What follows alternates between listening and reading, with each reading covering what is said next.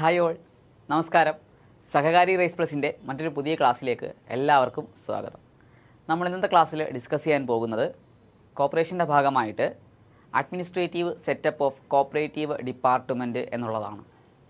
അപ്പോൾ administrative setup എന്ന് പറഞ്ഞു കഴിഞ്ഞാൽ അഡ്മിനിസ്ട്രേഷൻ എന്ന് പറഞ്ഞാൽ എന്താ മീനിങ്?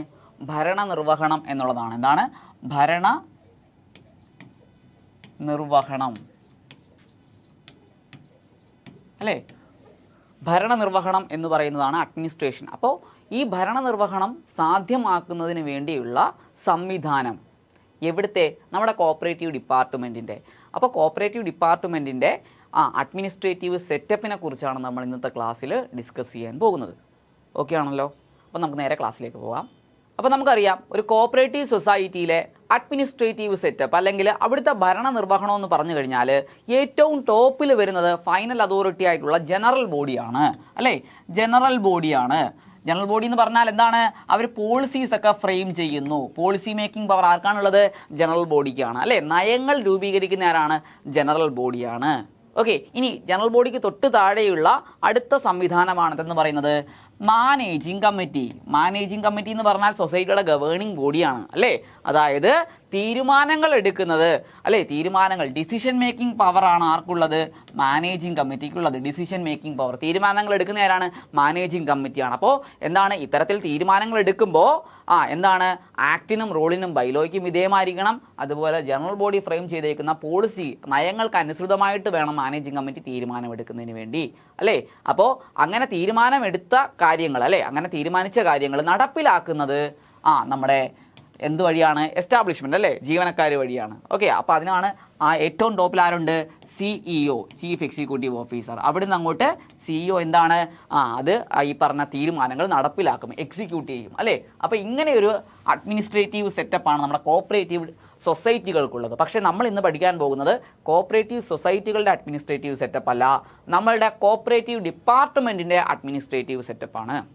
നമുക്കറിയാം, 1919 മൊണ്ടേഗു ചെംസ്ഫോർഡ് അഡ്മിനിസ്ട്രേറ്റീവ് റിഫോംസ് അല്ലെങ്കിൽ ഭരണ പരിഷ്കാരം വഴി സഹകരണം സ്റ്റേറ്റ് സബ്ജക്റ്റായിട്ട് മാറി. അതായത് സഹകരണത്തിന് മേൽ നിയമനിർമ്മാണം നടത്തുന്നതിന് വേണ്ടി സംസ്ഥാനങ്ങൾക്ക് അധികാരം കിട്ടി എന്നുള്ളതാണ്.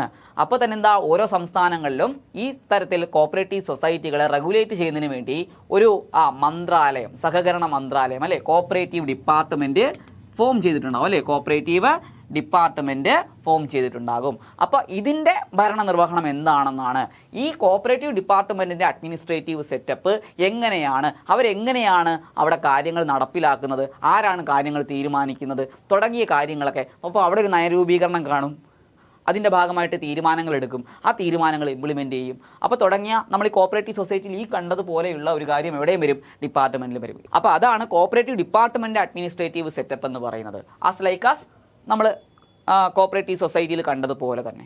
അപ്പോൾ അതിനെക്കുറിച്ചാണ് നമ്മൾ ഇന്നത്തെ ക്ലാസ്സിൽ ഡിസ്കസ് ചെയ്യാൻ പോകുന്നത്. അപ്പോൾ നമുക്ക് ക്ലാസ്സിലേക്ക് പോകാം. കോപ്പറേറ്റീവ് ഡിപ്പാർട്ട്മെൻറ്റിൻ്റെ അഡ്മിനിസ്ട്രേറ്റീവ് സെറ്റപ്പ് അല്ലെങ്കിൽ ഭരണനിർവഹണം. Okay, cooperative movement in India has the moral and financial support of the government. അതായത് മറ്റുള്ള രാജ്യങ്ങളെ അപേക്ഷിച്ച് നോക്കുമ്പോൾ മറ്റു പല രാജ്യങ്ങളിലും സഹകരണം എന്ന് പറഞ്ഞു കഴിഞ്ഞാൽ വോളണ്ടറി മൂവ്മെൻ്റ് ആയിട്ടാണ് വന്നിട്ടുള്ളത്. പക്ഷേ നമ്മുടെ ഇന്ത്യയിലേക്ക് വരുമ്പോൾ ഇതൊരു ഗവൺമെൻറ് പോളിസി അല്ലെങ്കിൽ സ്റ്റേറ്റ് പോളിസിയുടെ ഭാഗമായിട്ടാണ് വന്നിട്ടുള്ളത്. അതുകൊണ്ട് തന്നെ നമ്മുടെ രാജ്യത്ത് പ്രവർത്തിക്കുന്ന എല്ലാ സൊസൈറ്റികളും, കോപ്പറേറ്റീവ് സൊസൈറ്റികളും ഗവൺമെൻറ്റിൻ്റെ മോറൽ എന്ന് പറഞ്ഞാൽ എന്താ? ധാർമ്മികപരമായിട്ടുള്ളത്. അതുപോലെ ഫിനാൻഷ്യൽ സപ്പോർട്ട് അല്ലേ, സാമ്പത്തിക ധാർമ്മിക സഹായത്തോടു കൂടി. ആരുടെയാണ്? ഗവൺമെൻറ്റിൻ്റെ ധാർമ്മിക സാമ്പത്തിക സഹായത്തോടു കൂടിയാണ് നമ്മുടെ രാജ്യത്തുള്ള എല്ലാ കോപ്പറേറ്റീവ് സൊസൈറ്റികളും ഫങ്ഷൻ ചെയ്യുന്നത്. കാരണം എന്താ? ഇന്ത്യയിൽ സഹകരണ പ്രസ്ഥാനങ്ങൾ ഒരു സ്റ്റേറ്റ് പോളിസിയുടെ ഭാഗമായിട്ട് വന്നതുകൊണ്ട്. കാരണം ഗവൺമെൻറ്റിൻ്റെ നയരൂപീകരണവുമായി ബന്ധപ്പെട്ടാണ് കോപ്പറേറ്റീവ് സൊസൈറ്റികൾ ഇന്ത്യയിൽ വന്നിട്ടുള്ളത്. അതുകൊണ്ട് തന്നെ ഗവൺമെൻറ് തന്നെ സപ്പോർട്ട് ചെയ്തേ പറ്റൂ. എങ്ങനെയൊക്കെയുള്ള സപ്പോർട്ടാണ്? മോറൽ സപ്പോർട്ടും അതേപോലെ ഫിനാൻഷ്യൽ സപ്പോർട്ടും. മോറൽ സപ്പോർട്ട് എന്ന് പറയുമ്പോൾ അറിയാമല്ലോ, രജിസ്ട്രാർ വഴിയാണ് മോറൽ സപ്പോർട്ടുകളെല്ലാം ചെയ്യുന്നത്. ഓക്കെ, അപ്പോൾ registrar is the front philosopher guide അല്ലേ? സൊസൈറ്റികളെ റെഗുലേറ്റ് ചെയ്യാനുള്ള അധികാരം നമ്മുടെ സെക്ഷൻ 9 പറയുന്നുണ്ട് അല്ലേ? Societies to be a body corporate എന്ന് പറയുന്ന സെക്ഷനകത്ത് പറയുന്നുണ്ട്. ഗവൺമെൻറ്റിനും ഉണ്ട് അതിനുള്ള അധികാരം, രജിസ്ട്രാറിനുമുണ്ട് സംഘങ്ങളെ റെഗുലേറ്റ് ചെയ്യാനുള്ള അധികാരം. കൺട്രോളിംഗ് പവർ അല്ല, റെഗുലേറ്റ് ചെയ്യാനുള്ള അധികാരം എന്ന് പറയുന്നത്. ഓക്കെ, അപ്പോൾ കൺട്രോളിംഗ് പവർ എന്ന് പറഞ്ഞാൽ കുറച്ചും കൂടെ ശക്തമായിട്ടുള്ള നിയന്ത്രണമാണ്. പക്ഷേ റെഗുലേഷൻ എന്ന് പറഞ്ഞു കഴിഞ്ഞാൽ ഒരു ഫ്രണ്ടാണ്, ഒരു ഫിലോസഫറാണ്, ഗൈഡാണ് അല്ലേ? ഒരു സുഹൃത്തെന്ന രീതിയിൽ അവരെ എന്ത് ചെയ്യുക? ഒന്ന് ഒന്ന് കൺട്രോൾ ചെയ്ത് കൊണ്ടുപോവുക, അതായത് കൺട്രോൾ ചെയ്യാന്നല്ല, ഒന്ന് എന്ത് ചെയ്യണം, ഒന്ന് നിയന്ത്രിച്ച് കൊണ്ടുപോവുക എന്നുള്ളതാണ്, അല്ലേ, ഒരു സൗഹൃദത്തിൻ്റെ രീതിയിൽ നിയന്ത്രിക്കുക എന്നുള്ളതാണ് റെഗുലേഷൻ എന്ന് പറയുന്ന കാര്യത്തിൽ. അപ്പോൾ രജിസ്ട്രാർ ഇതിനു വേണ്ടി സൊസൈറ്റികളിൽ സർക്കുലറുകൾ ഇഷ്യൂ ചെയ്യാറുണ്ട്, അല്ലേ. നമ്മുടെ സെക്ഷൻ 66A പറഞ്ഞത് power of registrar to issue directions. അവിടെയാണ് രജിസ്ട്രാർ ആ സർക്കുലറുകൾ ഇഷ്യൂ ചെയ്തുകൊണ്ട് സൊസൈറ്റികളെ എന്ത് ചെയ്യുന്നത്, ഇത്തരത്തിൽ റെഗുലേറ്റ് ചെയ്യുന്നത്. അപ്പോൾ ഇതെന്താണ്, അതൊരു മോറൽ സപ്പോർട്ടാണ്. സംഘങ്ങൾ കുരുത്തക്കേടൊന്നും കാണിക്കാതെ അവരെ നല്ല നടത്തിപ്പിൽ കൊണ്ടുപോവുക എന്നുള്ളതാണ് അത്തരത്തിൽ. അപ്പോൾ അത് രജിസ്ട്രാർ വഴി ആരാ പ്രൊവൈഡ് ചെയ്യുന്ന, ഗവൺമെൻറ്റാണ്. അതുപോലെ സംഘത്തിൽ സൊസൈറ്റികളിൽ ഷെയർ ക്യാപിറ്റൽ പാർട്ടിസിപ്പേഷൻ, മറ്റ് തരത്തിലുള്ള ഫിനാൻഷ്യൽ എയ്ഡുകൾ, അല്ലേ, ലോൺസ്, അതേപോലെ തന്നെ എന്താണ് സബ്സിഡി, ഗ്രാൻഡ് തുടങ്ങിയ കാര്യങ്ങളൊക്കെ കൊടുത്തുകൊണ്ട് സംഘങ്ങളെ, സൊസൈറ്റികളെ പ്രൊമോട്ട് ചെയ്യുന്ന കാര്യവുമാർ ചെയ്യുന്നുണ്ട്, ഗവൺമെൻറ് ചെയ്യുന്നുണ്ട്. അപ്പോൾ അത് പറയുന്നത് എവിടെയാണ്, സ്റ്റേറ്റ് എയ്ഡ് ടു സൊസൈറ്റീസ് എന്നും പറഞ്ഞിട്ട് ചാപ്റ്റർ 6 എന്ന് പറയുന്ന അവിടെ നമ്മളത് പഠിക്കുന്നുണ്ട്, അല്ലേ. അപ്പോൾ അവിടെ ഗവൺമെൻറ്റിൻ്റെ സപ്പോർട്ടോട് കൂടി, എങ്ങനെയൊക്കെയുള്ള സപ്പോർട്ട്, ഫിനാൻഷ്യൽ ആൻഡ് മോറൽ ഹെൽപ്പോട് കൂടി അല്ലെങ്കിൽ സപ്പോർട്ടോട് കൂടിയാണ് ഇന്ത്യയിൽ സഹകരണ പ്രസ്ഥാനങ്ങൾ ഫംഗ്ഷൻ ചെയ്യുന്നത്. ഓക്കെ അല്ലേ. Then department of corporation is headed by the registrar of cooperative society. അപ്പോൾ നമ്മൾ പറഞ്ഞു, സംസ്ഥാനങ്ങൾക്ക് ഈ തരത്തിൽ കോഓപ്പറേറ്റീവ് സൊസൈറ്റികൾക്ക് മേൽ നിയമനിർമ്മാണം നടത്തിക്കൊണ്ട് റെഗുലേറ്റ് ചെയ്യാനുള്ള പവർ വന്നപ്പോൾ എല്ലാ സംസ്ഥാനങ്ങളിലും അതാത് സംസ്ഥാനങ്ങളിൽ പ്രവർത്തിക്കുന്ന സഹകരണ സംഘങ്ങളെ നിയന്ത്രിക്കുന്നതിന് വേണ്ടി എന്തുണ്ടായി, ഒരു ഡിപ്പാർട്ട്മെൻറ്റ് അല്ലെങ്കിൽ ഒരു സഹകരണ മന്ത്രാലയം രൂപീകരിക്കപ്പെട്ടു. ഇതേപോലെ നമ്മുടെ കേരളത്തിലും എന്തുണ്ട്, ഒരു സഹകരണ മന്ത്രാലയമുണ്ട്. എന്താ ചെയ്യുന്നത്, കോഓപ്പറേറ്റീവ് സൊസൈറ്റികളെ റെഗുലേറ്റ് ചെയ്യുകയാണ് ഡിപ്പാർട്ട്മെൻറ്റ് വഴി ചെയ്യുന്നത്. ഓക്കെ, അപ്പോൾ ആ ഡിപ്പാർട്ട്മെൻറ്റിൻ്റെ ഹെഡ് ആരാന്ന് ചോദിച്ചു കഴിഞ്ഞാൽ ആരാണ്, നമ്മുടെ രജിസ്ട്രാർ ആണ്. അപ്പോൾ department of corporation is headed by registrar of cooperative societies. Okay, അപ്പോൾ രജിസ്ട്രാർ എന്ന് പറഞ്ഞാൽ നമ്മുടെ കോഓപ്പറേറ്റീവ് ഡിപ്പാർട്ട്മെന്റിന്റെ official head, technical head, administrative head, ഇങ്ങനെയൊക്കെ ചോദിച്ചു കഴിഞ്ഞാൽ ആര് തന്നെയാണ്, രജിസ്ട്രാർ ഓഫ് കോഓപ്പറേറ്റീവ് സൊസൈറ്റീസ് ആണ്. ഓക്കെ, അപ്പോൾ ഡിപ്പാർട്ട്മെന്റ് ഓഫ് കോർപ്പറേഷൻ ഹെഡ് ചെയ്യുന്ന ആരാണ്, രജിസ്ട്രാർ ഓഫ് കോഓപ്പറേറ്റീവ് സൊസൈറ്റീസ് ആണ്. ഓക്കെ, അപ്പോൾ അത് കിട്ടും. അപ്പോൾ അതിനോടൊപ്പം പരീക്ഷയ്ക്ക് ചിലപ്പം ചോദിക്കും, who is the official head of cooperative department, or who is the technical head of cooperative department, or who is the administrative head of cooperative department. ഇതൊക്കെ ചോദിച്ചു കഴിഞ്ഞാൽ ആര് തന്നെയാണ്, രജിസ്ട്രാർ ഓഫ് കോഓപ്പറേറ്റീവ് സൊസൈറ്റീസ് ആണ്. ഓക്കെ, അതായത് നമ്മുടെ സഹകരണ മന്ത്രാലയം വഴി അതിൻ്റെ അഡ്മിനിസ്ട്രേഷൻ, അല്ലേ, നടപ്പിലാക്കുന്ന ആര് വഴിയാണ്, നമ്മുടെ രജിസ്ട്രാർ വഴിയാണ്. ഗവൺമെൻറ് നയങ്ങൾ രൂപീകരിക്കത്തേ ഉള്ളൂ. സഹകരണ പ്രസ്ഥാനങ്ങൾ ബാധകമാകുന്ന നയങ്ങൾ രൂപീകരിക്കുന്നത് ഗവൺമെൻറ് ആണെങ്കിലും ഈ നയങ്ങൾ സൊസൈറ്റിയിലേക്ക് ഇംപ്ലിമെൻറ്റ് ചെയ്യുന്ന ആര് വഴിയാണ്, രജിസ്ട്രാർ വഴിയാണ്. അപ്പോൾ അഡ്മിനിസ്ട്രേറ്റീവ് ഹെഡാണ്, അല്ലേ, ഭരണനിർവഹണം സാധ്യമാക്കുന്നത് ഗവൺമെൻറ് ആര് വഴിയാണ്, രജിസ്ട്രാർ വഴിയാണ്. അതുകൊണ്ട് തന്നെ നമുക്ക് പറയാം, department of corporation is headed by registrar of cooperative societies. Okay, then headquarters of the registrar of cooperative society is at Trivandrum. അല്ലേ, രജിസ്ട്രാർ ഓഫ് കോഓപ്പറേറ്റീവ് സൊസൈറ്റീസിൻ്റെ ആസ്ഥാനം അല്ലെങ്കിൽ ഹെഡ്ക്വാർട്ടേഴ്സ് സ്ഥിതി ചെയ്യുന്ന കേരളത്തിൽ എവിടെയാണ്, തിരുവനന്തപുരത്താണ്, ട്രിവാൻഡ്രത്താണ്. ഓക്കെ, അതിൻ്റെ പേര് ജവഹർ സഹകരണ ഭവൻ എന്നാണ്. ജവഹർ സഹകരണ ഭവൻ എന്നുള്ളതാണ്. ഓക്കെ, എന്നാൽ സ്റ്റേറ്റ് കോഓപ്പറേറ്റീവ് യൂണിയൻ്റെ, അല്ലേ, സ്റ്റേറ്റ് കോഓപ്പറേറ്റീവ് യൂണിയൻ്റെ ഹെഡ്ക്വാർട്ടേഴ്സിൻ്റെ പേരെന്താ, അത് സംസ്ഥാന സഹകരണ ഭവനാണ്. സംസ്ഥാന സഹകരണ ഭവൻ. സംസ്ഥാന സഹകരണ ഭവനാണെങ്കിൽ ആരുടെയാണ്, സ്റ്റേറ്റ് കോഓപ്പറേറ്റീവ് യൂണിയൻ്റെ ആണ്. എന്നാൽ ജവഹർ സഹകരണ ഭവൻ എന്ന് പറഞ്ഞാൽ ആരുടെ ഹെഡ്ക്വാർട്ടേഴ്സ് ആണ്, നമ്മുടെ രജിസ്ട്രാർ ഓഫ് കോഓപ്പറേറ്റീവ് സൊസൈറ്റീസിൻ്റെ ഹെഡ്ക്വാർട്ടേഴ്സ് ആണ്. ഓക്കെ, ഇവിടെ തന്നെയാണ് നമ്മുടെ വിജിലൻസ് ഓഫീസർ. അതുപോലെ തന്നെ വിജിലൻസ് ഓഫീസറിൻ്റെ ഹെഡ്ക്വാർട്ടേഴ്സ് എവിടെയാണ്, നമ്മുടെ ഈ പറഞ്ഞ നമ്മുടെ രജിസ്ട്രാർ ഓഫ് കോഓപ്പറേറ്റീവ് സൊസൈറ്റീസിൻ്റെ ഹെഡ്ക്വാർട്ടേഴ്സിൽ തന്നെയാണ്. ഓക്കെ, അപ്പോൾ അത് നമ്മൾ പഠിക്കുമല്ലോ എപ്പോഴും, രജിസ്ട്രാറിൻ്റെ ഓഫീസിൽ തന്നെയാണ് വിജിലൻസ് ഓഫീസിൻ്റെ ഹെഡ്ക്വാർട്ടേഴ്സും സ്ഥിതി ചെയ്യുന്നത്. ഓക്കെ ആണല്ലോ. അടുത്ത എന്താ പറയുന്നത്, corporation is a state subject of separate portfolio and the minister of corporation is assisted by a principal secretary to government and department of corporation. അവിടെ എന്താ പറഞ്ഞേക്കുന്നത്, സഹകരണം എന്ന് പറഞ്ഞാൽ ഞാൻ പറഞ്ഞു കഴിഞ്ഞു, 1919 മൊണ്ടേഗു ചെംസ്ഫോർഡ് അഡ്മിനിസ്ട്രേറ്റീവ് റിഫോംസ് പ്രകാരം ഒരു സംസ്ഥാന സബ്ജക്റ്റ് ആക്കി, അല്ലെങ്കിൽ ഒരു സ്റ്റേറ്റ് സബ്ജക്റ്റ് ആക്കി മാറ്റി, സംസ്ഥാന വിഷയമാക്കി മാറ്റി. അപ്പോൾ നമ്മുടെ കോൺസ്റ്റിറ്റ്യൂഷനകത്താണെങ്കിൽ സഹകരണത്തിനെ കുറിച്ച് പറയുന്നത് 7ാമത്തെ ഷെഡ്യൂളിൽ 3 ലിസ്റ്റുകളെ കുറിച്ചാണ് 7ാമത്തെ ഷെഡ്യൂളിൽ പറയുന്നത്. ഓക്കെ, അതിലെ അപ്പോൾ അവിടെ 3 ലിസ്റ്റുകൾ, അതായത് യൂണിയൻ ലിസ്റ്റ്, അതേപോലെ സ്റ്റേറ്റ് ലിസ്റ്റ്, കൺകറന്റ് ലിസ്റ്റ്. അപ്പോൾ ഇവിടെ സഹകരണം എവിടെ ആയിരിക്കും വരുന്നത്, 2ാമത്തെ ലിസ്റ്റ് ആയിരിക്കുമല്ലോ വരുന്നത്. കാരണം എന്താ, സ്റ്റേറ്റ് ലിസ്റ്റിനകത്താണ് വരുന്നത്. ഓക്കെ, യൂണിയൻ ലിസ്റ്റിനകത്തല്ല. ഇനി ആ സ്റ്റേറ്റ് ലിസ്റ്റിനകത്ത് എൻട്രി നമ്പർ 32 കോർപ്പറേഷനെ ഇൻക്ലൂഡ് ചെയ്തേക്കുന്നത്. അപ്പം നമുക്ക് മനസ്സിലായി, ഇന്ത്യയിൽ സഹകരണം എന്ന് പറഞ്ഞാൽ സംസ്ഥാനങ്ങൾക്കാണ് അതിന്മേലുള്ള അധികാരം എന്ന് നമ്മൾ പഠിച്ചു, അല്ലേ. അപ്പോൾ അതിൻ്റെ ഭാഗമായിട്ട് നമ്മുടെ കേരളത്തിൽ സഹകരണം എന്ന് പറഞ്ഞു കഴിഞ്ഞാൽ എങ്ങനെയാണ് വർക്ക് ചെയ്യുന്നത്, എങ്ങനെയാണ് അതിൻ്റെ അഡ്മിനിസ്ട്രേറ്റീവ് സെറ്റപ്പ് വരുന്നത്? ഒരു ഡിപ്പാർട്ട്മെൻറ്റ് ഉണ്ടാകും. ഓക്കെ, ആ ഡിപ്പാർട്ട്മെൻറ്റിൻ്റെ പൊളിറ്റിക്കൽ ഹെഡായിട്ടൊരു മന്ത്രി ഉണ്ടാകും, അല്ലേ? ഒരു മിനിസ്റ്റർ ഓഫ് കോർപ്പറേഷൻ ഉണ്ടാകും. അത് തന്നെ അവിടെ പറഞ്ഞേക്കുന്നത്, അല്ലേ? Corporation is a state subject of separate portfolio. കണ്ടോ, സ്റ്റേറ്റ് സബ്ജക്റ്റ് ആയതുകൊണ്ട് തന്നെ നമ്മുടെ സ്റ്റേറ്റിൽ കോർപ്പറേഷന് വേണ്ടി പ്രത്യേകം ഒരു പോർട്ട്ഫോളിയോ മീൻസ് എന്താണ്? ഒരു പ്രത്യേക മന്ത്രാലയം, അല്ലേ? ഒരു പ്രത്യേക ഡിപ്പാർട്ട്മെൻറ്റ് ഉണ്ടാകും. ആ ഡിപ്പാർട്ട്മെൻറ്റിനെ നമ്മൾ വിളിച്ച പേരാണ് സഹകരണ മന്ത്രാലയം അല്ലെങ്കിൽ സഹകരണ വകുപ്പ്, സഹകരണ ഡിപ്പാർട്ട്മെൻറ്റ്. ഓക്കെ, അപ്പോൾ അതിൻ്റെ തലവൻ എന്ന് പറയുമ്പോൾ പൊളിറ്റിക്കൽ ഹെഡാണ് ആരെന്ന് പറയുന്നത്? The minister of corporation. ഇപ്പോൾ ആരാണ്? VN വാസവനാണ്, അല്ലേ? അപ്പോൾ മിനിസ്റ്റർ ഓഫ് കോർപ്പറേഷനെ ഒരു മിനിസ്റ്റർ ഓഫ് കോർപ്പറേഷൻ ഉണ്ടാകും. അതുപോലെ അദ്ദേഹത്തിനെ സഹായിക്കുന്നതിന് വേണ്ടി and assisted by a principal secretary to government, അല്ലേ? ഗവൺമെൻറ്റിൻ്റെ ഒരു പ്രിൻസിപ്പൽ സെക്രട്ടറി ഈ നമ്മുടെ മിനിസ്റ്റർ ഓഫ് കോർപ്പറേഷനെ സഹായിക്കുന്നതിന് വേണ്ടി നമ്മുടെ കോർപ്പറേറ്റീവ് ഡിപ്പാർട്ട്മെൻറ്റിൽ ഉണ്ടാകും. ഇപ്പോൾ ഇപ്പോഴത്തെ പ്രിൻസിപ്പൽ സെക്രട്ടറി ആരാണ്? വീണ N മാധവനാണ്. വീണ N മാധവൻ IAS. അത് IAS റാങ്കിലുള്ള ഉദ്യോഗസ്ഥനായിരിക്കും അല്ലെങ്കിൽ ഉദ്യോഗസ്ഥയായിരിക്കും. ഓക്കെ, അപ്പോൾ ഇതാണ് നമ്മുടെ ഒരു ഡിപ്പാർട്ട്മെൻറ്റിൻ്റെ ഒരു സ്ട്രക്ചർ എന്ന് പറഞ്ഞാൽ. ഇനി ആ പ്രിൻസിപ്പൽ സെക്രട്ടറിക്ക് താഴെ ആര് വരും? നമ്മുടെ രജിസ്ട്രാർ വരും. അപ്പോൾ ആരൊക്കെയാണ്? കോർപ്പറേറ്റീവ് ഡിപ്പാർട്ട്മെൻറ്റ് ഒരു പ്രത്യേക പോർട്ട്ഫോളിയോ ആയിരിക്കും. കാരണം സ്റ്റേറ്റ് സബ്ജക്റ്റ് ആയതുകൊണ്ട് ഓരോ സ്റ്റേറ്റിലും സഹകരണത്തിന് പ്രത്യേകം, കാരണം സഹകരണത്തിന് വേണ്ടി മാത്രം ഒരു മന്ത്രാലയം, ഒരു ഡിപ്പാർട്ട്മെൻറ്റ് ഉണ്ടാകും. അങ്ങനെ നമ്മുടെ കേരളത്തിൽ എന്തുകൊണ്ട് ഒരു കോർപ്പറേറ്റീവ് ഡിപ്പാർട്ട്മെൻറ്റ് ഉണ്ട്. ആ ഡിപ്പാർട്ട്മെൻറ്റിനെ എന്താണ് പൊളിറ്റിക്കൽ ഹെഡ് എന്ന് പറഞ്ഞു കഴിഞ്ഞാൽ മിനിസ്റ്റർ ഓഫ് കോർപ്പറേഷൻ ആയിരിക്കും. മിനിസ്റ്റർ ഓഫ് കോഓപ്പറേഷൻ ആയിരിക്കും, അല്ലേ? ഇനി അദ്ദേഹത്തിനെ സഹായിക്കുന്നതിന് വേണ്ടി ആരുണ്ടാകും? ഒരു പ്രിൻസിപ്പൽ സെക്രട്ടറി ടു ഗവൺമെൻറ് ഉണ്ടാകും. പ്രിൻസിപ്പൽ സെക്രട്ടറി, അല്ലേ, ടു ഗവൺമെൻറ്. ഓക്കെ, ഇനി അദ്ദേഹത്തിന് താഴെയാണ്, പ്രിൻസിപ്പൽ സെക്രട്ടറിക്ക് താഴെയാണ് ആരുള്ളത്? Registrar of cooperative societies. ഇതിനെയാണ് നമ്മൾ വിളിക്കുന്നത് ഒഫീഷ്യൽ ലീഡർഷിപ്പ്. കോർപ്പറേഷൻ്റെ ഒഫീഷ്യൽ ലീഡർഷിപ്പ് എന്ന് പറഞ്ഞാൽ മിനിസ്റ്റർ ഓഫ് കോർപ്പറേഷൻ, അതുപോലെ അദ്ദേഹത്തിനെ സഹായിക്കുന്നതിന് വേണ്ടി പ്രിൻസിപ്പൽ സെക്രട്ടറി, അതിന് താഴെ എന്താണ് ഭരണ നിർവഹണവുമായി ബന്ധപ്പെട്ട് RCS, ഇംപ്ലിമെൻറ്റേഷനുമായിട്ട് ബന്ധപ്പെട്ട്, അല്ലേ, ആണ് RCS, registrar of corporative society.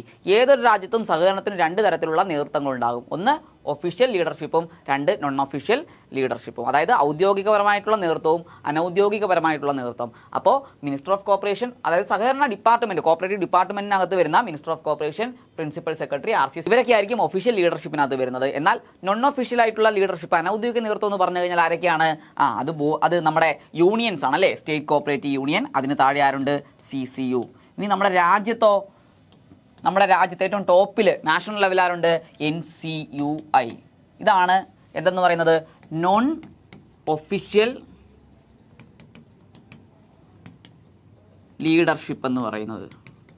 Okay, അപ്പോൾ ഇതും കൂടെ ഒന്ന് മനസ്സിലാക്കിയിരിക്കുക. അപ്പോൾ അതാണ് നമ്മൾ ഒഫീഷ്യൽ ലീഡർഷിപ്പിനെ കുറിച്ചാണ് ഇവിടെ പറഞ്ഞേക്കുന്നത്. അപ്പോൾ എന്താണ് കോർപ്പറേഷൻ എന്ന് പറഞ്ഞാൽ സ്റ്റേറ്റ് സബ്ജക്റ്റാണ്. ഓരോ സംസ്ഥാനത്തും ഒരു പ്രത്യേക പോർട്ട്ഫോളിയോയുടെ കീഴിലായിരിക്കും സഹകരണ പ്രസ്ഥാനങ്ങൾ പ്രവർത്തിക്കുന്നത്. അപ്പോൾ കേരളത്തിലും ഉണ്ട് ഒരു കോർപ്പറേറ്റീവ് ഡിപ്പാർട്ട്മെൻറ്റ്. കോർപ്പറേഷൻ എന്ന് പറയുന്ന വിഷയത്തിനെ മാത്രം കൈകാര്യം ചെയ്യുന്നതിന് വേണ്ടിയാണ്, അല്ലെങ്കിൽ കോർപ്പറേറ്റീവ് സൊസൈറ്റികളെ റെഗുലേറ്റ് ചെയ്യുക എന്നത് മാത്രമാണ് ഈ ഒരു ഡിപ്പാർട്ട്മെൻറ്റിൻ്റെ ചുമതല എന്ന് പറയുന്നത്. അവിടെ എന്താണ് ഒരു പൊളിറ്റിക്കൽ ഹെഡായിട്ട് മിനിസ്റ്റർ ഓഫ് കോർപ്പറേഷൻ വരും. അദ്ദേഹത്തിനെ അസിസ്റ്റ് ചെയ്തുകൊണ്ട് ഒരു secretary, principal secretary to government വരും. അതിന് താഴെ ഈ പറഞ്ഞ, അല്ലേ, ഗവൺമെൻറ് നടപ്പിലാക്കുന്ന എന്താണ് രൂപീകരിക്കുന്ന നയങ്ങളൊക്കെ ഇംപ്ലിമെൻറ്റ് ചെയ്യുന്നതിന് വേണ്ടി, നടപ്പിലാക്കുന്നതിന് വേണ്ടി രജിസ്ട്രാറിനെ കൊണ്ടുവരുന്നു. അങ്ങനെ ഒരു സെറ്റപ്പ് ആയിരിക്കും നമ്മുടെ ഈ പറഞ്ഞ രീതിയിൽ സഹകരണ ഡിപ്പാർട്ട്മെൻറ്റ് അല്ലെങ്കിൽ കോർപ്പറേറ്റീവ് ഡിപ്പാർട്ട്മെൻറ്റിന് ഉണ്ടായിരിക്കുന്നത്. ഓക്കെ ആണല്ലോ? ഇനി എന്താ പറയുന്നത്? Registrar is the statutory authority for registering, administering and liquidating of the cooperative society. അതായത് കോപ്പറേറ്റീവ് സൊസൈറ്റികൾ രജിസ്റ്റർ ചെയ്യുന്നതിന് വേണ്ടിയും അതേപോലെ അഡ്മിനിസ്റ്റർ ചെയ്യാൻ, അതിൻ്റെ നടത്തിപ്പോട്ട് ബന്ധപ്പെട്ടിട്ടുള്ള കാര്യങ്ങൾ ചെയ്യുന്നതിനും, അതേപോലെ സൊസൈറ്റികൾ ലിക്വിഡേറ്റ് ചെയ്യുന്നതിനുമുള്ള സ്റ്റാറ്റ്യൂട്ടറി അതോറിറ്റി, നിയമപരമായിട്ടുള്ള അതോറിറ്റി അല്ലെങ്കിൽ അധികാരം എന്ന് പറഞ്ഞാൽ ആർക്ക് തന്നെയാണുള്ളത്? രജിസ്ട്രാറിന് മാത്രമാണ്, രജിസ്ട്രാറിന് തന്നെയാണ് ഉള്ളത് എന്ന് മനസ്സിലാക്കിയിരിക്കുക. അപ്പോൾ ഒരു സൊസൈറ്റിയെ രജിസ്റ്റർ ചെയ്യുന്ന സെക്ഷനാണ് സെക്ഷൻ 7, അല്ലേ? അതേപോലെ ഒരു സൊസൈറ്റിയിൽ അതിൻ്റെ എന്താണ് അവിടെ ഗവൺമെൻറ് പോളിസി ഇംപ്ലിമെൻറ്റ് ചെയ്യുന്നതിന് വേണ്ടിയും അതേപോലെ ആക്ടിൻ്റെ പർപ്പസിന് പുറത്തേക്കുള്ള കാര്യങ്ങൾ നടത്തിക്കുന്നതിന് വേണ്ടിയൊക്കെ എന്ത് ചെയ്യാണ്? സെക്ഷൻ 66A പ്രകാരം ഡയറക്ഷൻസ് സൊസൈറ്റിക്ക് കൊടുക്കുന്നു. അപ്പോൾ ഇതെന്താണ്? അഡ്മിനിസ്ട്രേഷനാണ്. അപ്പോൾ 66A കൃത്യമായിട്ട് പറയുന്നുണ്ട് എന്തിനു വേണ്ടിയാണ് രജിസ്ട്രാർ ഇപ്രകാരം സൊസൈറ്റികൾക്ക് ഡയറക്ഷൻസ് സർക്കുലറുകൾ വഴി ഇഷ്യൂ ചെയ്യുന്നതെന്ന് വെച്ച് കഴിഞ്ഞാൽ സൊസൈറ്റികളിൽ ആക്ടിൽ പറയുന്ന കാര്യങ്ങൾക്ക് പുറത്തുള്ള കാര്യങ്ങൾ നടപ്പിലാക്കുന്നതിനും അതുപോലെ തന്നെ ഗവൺമെൻറ് പോളിസി ഇംപ്ലിമെൻറ്റ് ചെയ്യുന്നതിന് വേണ്ടിയാണ്. ഓക്കെ, അപ്പോൾ അത്തരത്തിൽ സൊസൈറ്റികളുടെ അഡ്മിനിസ്ട്രേഷനുമായി ബന്ധപ്പെട്ട് കാര്യമായിട്ടുള്ള പങ്ക് വഹിക്കുന്നു. അതുപോലെ തന്നെ നമ്മൾ ലിക്വിഡേഷൻ അല്ലെ, ഒരു സൊസൈറ്റിയെ ഇല്ലാതാക്കുന്നു, വൈൻഡപ്പ് ചെയ്യുന്നു, സമാപ്തീകരിക്കുന്നു, ഇതിനും എന്താണ് ഓർഡർ കൊടുക്കുന്ന ആരാണ്? രജിസ്ട്രാർ ആണ്. അപ്പോൾ അത് നമ്മൾ പഠിച്ചാണല്ലേ, സെക്ഷൻ 71 പ്രകാരമാണ് സൊസൈറ്റിക്ക് ലിക്വിഡേഷൻ ഓർഡർ കൊടുക്കുന്നത്. അതാരാണ്? രജിസ്ട്രാർ ആണ്. അപ്പോൾ എന്താണ് രൂപീകരിക്കുന്നതും രജിസ്ട്രാർ ആണ്, അതുപോലെ അതിൻ്റെ നടത്തിപ്പോട്ട് ബന്ധപ്പെട്ട കാര്യങ്ങളെല്ലാം ചെയ്യുന്ന രജിസ്ട്രാർ ആണ്, അതുപോലെ സൊസൈറ്റി ഇല്ലാതാക്കുന്നവർ തന്നെയാണ് രജിസ്ട്രാർ ആണ്. അതുകൊണ്ട് ഇതിൻ്റെ എല്ലാം ഈ കാര്യങ്ങളുടെ എല്ലാം നിയമപരമായിട്ടുള്ള അധികാരി എന്ന് പറഞ്ഞാൽ ആര് തന്നെയാണ്? രജിസ്ട്രാർ ആണ്. അതുകൊണ്ടാണ് നമ്മൾ രജിസ്ട്രാറിനെ വിളിക്കുന്നത് എന്ത്? രജിസ്ട്രാർ ഈസ് ദ ബ്രഹ്മ വിഷ്ണു മഹേശ്വരൻ അല്ലേ. ഇവർ ചെയ്യുന്ന പ്രവർത്തനങ്ങൾ രജിസ്ട്രാർ സൊസൈറ്റികളിൽ ചെയ്യുന്നുണ്ട്. ഓക്കെ, അത് രജിസ്ട്രാർ മാത്രമാണ് ചെയ്യുന്നത്. അപ്പോൾ ഞാൻ പറഞ്ഞു വന്നത് നിങ്ങൾ ഒന്നും കൂടെ ഒന്ന് ഉൾക്കൊള്ളുക. എന്താണ് നമ്മുടെ കോപ്പറേറ്റീവ് ഡിപ്പാർട്ട്മെന്റ് അഡ്മിനിസ്ട്രേറ്റീവ് സെറ്റപ്പ്? ഏറ്റവും മുകളിൽ ഡിപ്പാർട്ട്മെന്റ് ഏറ്റവും മുകളിൽ പൊളിറ്റിക്കൽ ഹെഡായിട്ട് ആരുണ്ട്? മിനിസ്റ്റർ ഉണ്ട്. മിനിസ്റ്റർ ഓഫ് കോർപ്പറേഷൻ അല്ലേ. പിന്നെ ഈ മിനിസ്റ്ററിനെ സഹായിക്കുന്നതിന് വേണ്ടി, ഭരണപരമായിട്ടുള്ള കാര്യങ്ങൾ സഹായിക്കുന്നതിന് വേണ്ടി ആരുണ്ട്? ഒരു സെക്രട്ടറി ഉണ്ട്. സെക്രട്ടറി ഓൺ കോർപ്പറേഷൻ അല്ലെ, സെക്രട്ടറി ഓൺ കോർപ്പറേഷൻ ഉണ്ട്. അതിന് തൊട്ട് താഴെ ഈ മിനിസ്റ്റർ എന്ന് പറഞ്ഞാൽ അറിയാമല്ലോ ആരാണ്? ഗവൺമെന്റിന്റെ ഭാഗമാണ് മിനിസ്റ്റർ. അപ്പോൾ ഗവൺമെന്റിന്റെ ഭാഗമായിട്ട് നിന്ന് സഹകരണ മേഖലയിലൊക്കെ ആവശ്യമായിട്ടുള്ള പോളിസികൾ ഫ്രെയിം ചെയ്യുന്നത് മിനിസ്ട്രി തലത്തിലാണ്. മനസ്സിലാവുന്നുണ്ടോ പറയുന്നത്? ഓക്കെ, അപ്പോൾ അത് ആര് വഴിയാണ് ഇങ്ങനെ എടുക്കുന്ന പോളിസികളും തീരുമാനങ്ങളും, ഗവൺമെന്റിന്റെ നയങ്ങളും തീരുമാനങ്ങളും എല്ലാം നടപ്പിലാക്കുന്നത് ആര് വഴിയാണ്? ഏറ്റവും തൊട്ട് താഴെ സെക്രട്ടറിക്ക് താഴെയുള്ള RCS രജിസ്ട്രാർ വഴിയാണ് എന്നുള്ളത് കൃത്യമായിട്ട് മനസ്സിലാക്കിയിരിക്കുക. അപ്പോൾ നമ്മുടെ കോപ്പറേറ്റീവ് സൊസൈറ്റികൾ തീരുമാനങ്ങൾ നടപ്പിലാക്കുന്ന ആര് വഴിയാണ്? ചീഫ് എക്സിക്യൂട്ടീവ് ഓഫീസർ വഴിയാണ്. ഓക്കെ, അപ്പോൾ ചീഫ് എക്സിക്യൂട്ടീവ് ഓഫീസർ എന്ന് പറഞ്ഞാൽ സൊസൈറ്റിയിലെ ഓഫീസർമാരുടെ തലവനാണ് അല്ലേ, ഏറ്റവും ടോപ്പിലുള്ള ഉദ്യോഗസ്ഥ തലത്തിൽ ഏറ്റവും മുകളിൽ നിൽക്കുന്ന ആളാണ് ആര്? കോപ്പറേറ്റീവ് സൊസൈറ്റിയിൽ ചീഫ് എക്സിക്യൂട്ടീവ് ഓഫീസർ അല്ലേ. ചിലടത്ത് MD ആവും, ചിലടത്ത് സെക്രട്ടറി ആവും. അപ്പോൾ അദ്ദേഹത്തിന് താഴെയാണ് ബാക്കി എല്ലാ ഉദ്യോഗസ്ഥന്മാരും വരുന്നത്, അല്ലെങ്കിൽ എംപ്ലോയീസ് വരുന്നത്, സർവൻസ് ഒക്കെ വരുന്നത്. അപ്പോൾ ഒരു സൊസൈറ്റിയുടെ മാനേജിംഗ് കമ്മിറ്റി എടുക്കുന്ന തീരുമാനങ്ങൾ നടപ്പിലാക്കുന്നത് അവിടുത്തെ ഉദ്യോഗസ്ഥ തലത്തിലുള്ള ഏറ്റവും മുതിർന്ന ഉദ്യോഗസ്ഥനെ കൊണ്ടാണ്. ഓക്കെ, അപ്പോൾ സെക്രട്ടറി വഴിയാണ് അല്ലെങ്കിൽ MD വഴിയാണ് ബാക്കിയുള്ള ഉദ്യോഗസ്ഥന്മാർ വഴി എന്ത് ചെയ്യുന്നത്? മാനേജിംഗ് കമ്മിറ്റിയുടെ തീരുമാനങ്ങൾ നടപ്പിലാക്കുന്നത് അല്ലെങ്കിൽ എക്സിക്യൂട്ട് ചെയ്യുന്നത്. അതേപോലെ തന്നെയാണ് ഇവിടെ നമ്മൾ പറയുന്നത്, ഗവൺമെൻറ് എടുക്കുന്ന തീരുമാനങ്ങളും നയങ്ങളും കോപ്പറേറ്റീവ് ഡിപ്പാർട്ട്മെന്റിന്റെ ഉദ്യോഗസ്ഥ തലത്തിൽ ഏറ്റവും ടോപ്പ് നിൽക്കുന്ന ആളാണ് രജിസ്ട്രാർ. അദ്ദേഹം വഴിയാണ് എന്ത് ചെയ്യുന്നത്? താഴെത്തട്ടിലുള്ള ഉദ്യോഗസ്ഥന്മാർ വഴി എന്ത് ചെയ്യുന്നത്? നടപ്പിലാക്കുന്നത്. അപ്പോൾ രജിസ്ട്രാറിന് തൊട്ട് താഴെ ആരുണ്ട്? രജിസ്ട്രാറിന്റെ പവേഴ്സ് ഡെലിഗേറ്റ് ചെയ്ത് കിട്ടുന്ന ആൾക്കാരുണ്ട്. അഡീഷണൽ രജിസ്ട്രാർ, അതേപോലെ തന്നെ joint registrar, deputy registrar, assistant registrar, അങ്ങനെ വരുന്ന ആൾക്കാരുണ്ട്. ഓക്കെ, അവരെയൊക്കെ കൊണ്ട് ഈ പറഞ്ഞ ഗവൺമെന്റിന്റെ തീരുമാനങ്ങളും നയങ്ങളും ഒക്കെ നടപ്പിലാക്കുന്ന ആരാണ്? രജിസ്ട്രാറാണ്. Okay, registrar is the implementing authority. അതുകൊണ്ടാണല്ലോ നമ്മൾ 66A പറഞ്ഞത് ഡയറക്ഷൻസ് കൊടുക്കുന്ന അല്ലെങ്കിൽ സർക്കുലർ വഴി ഡയറക്ഷൻസ് കൊടുക്കുന്നത് ഗവൺമെന്റ് പോളിസികളെ ഇംപ്ലിമെന്റ് ചെയ്യുന്നതിന് വേണ്ടിയാണ് എന്ന് നമ്മൾ കൃത്യമായിട്ട് അവിടെ പറഞ്ഞിട്ടുണ്ട്. ഓക്കെ ആണല്ലോ. അപ്പോൾ ഇതാണ് നമ്മളെ എന്താണ് കോപ്പറേറ്റീവ് ഡിപ്പാർട്ട്മെന്റ് ചെയ്യുന്നത് അല്ലേ. മിനിസ്ട്രി തലത്തിൽ എന്ത് ചെയ്യുന്നു? നയങ്ങൾ രൂപീകരിക്കുന്നു അല്ലെങ്കിൽ തീരുമാനങ്ങൾ എടുക്കുന്നു. ഓക്കെ, അതിന് സഹായിക്കുന്നതിന് വേണ്ടി അഡ്മിനിസ്ട്രേഷനുമായിട്ട് ബന്ധപ്പെട്ട ആരുണ്ട്? സെക്രട്ടറി ഉണ്ട്. അത് നമ്മുടെ RCS വഴി നടപ്പിലാക്കുന്നു.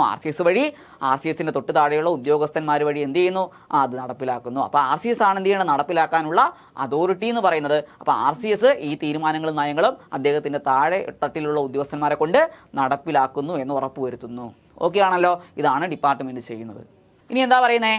Under the ministry of corporation, department of corporation headed by RCS. കണ്ടോ, നമ്മുടെ ഈ മിനിസ്ട്രി ഓഫ് കോർപ്പറേഷനിലെ എന്താണ് ഡിപ്പാർട്ട്മെന്റിനെ ഹെഡ് ചെയ്യുന്ന ആരാന്ന് വെച്ചാൽ ആരാണ്?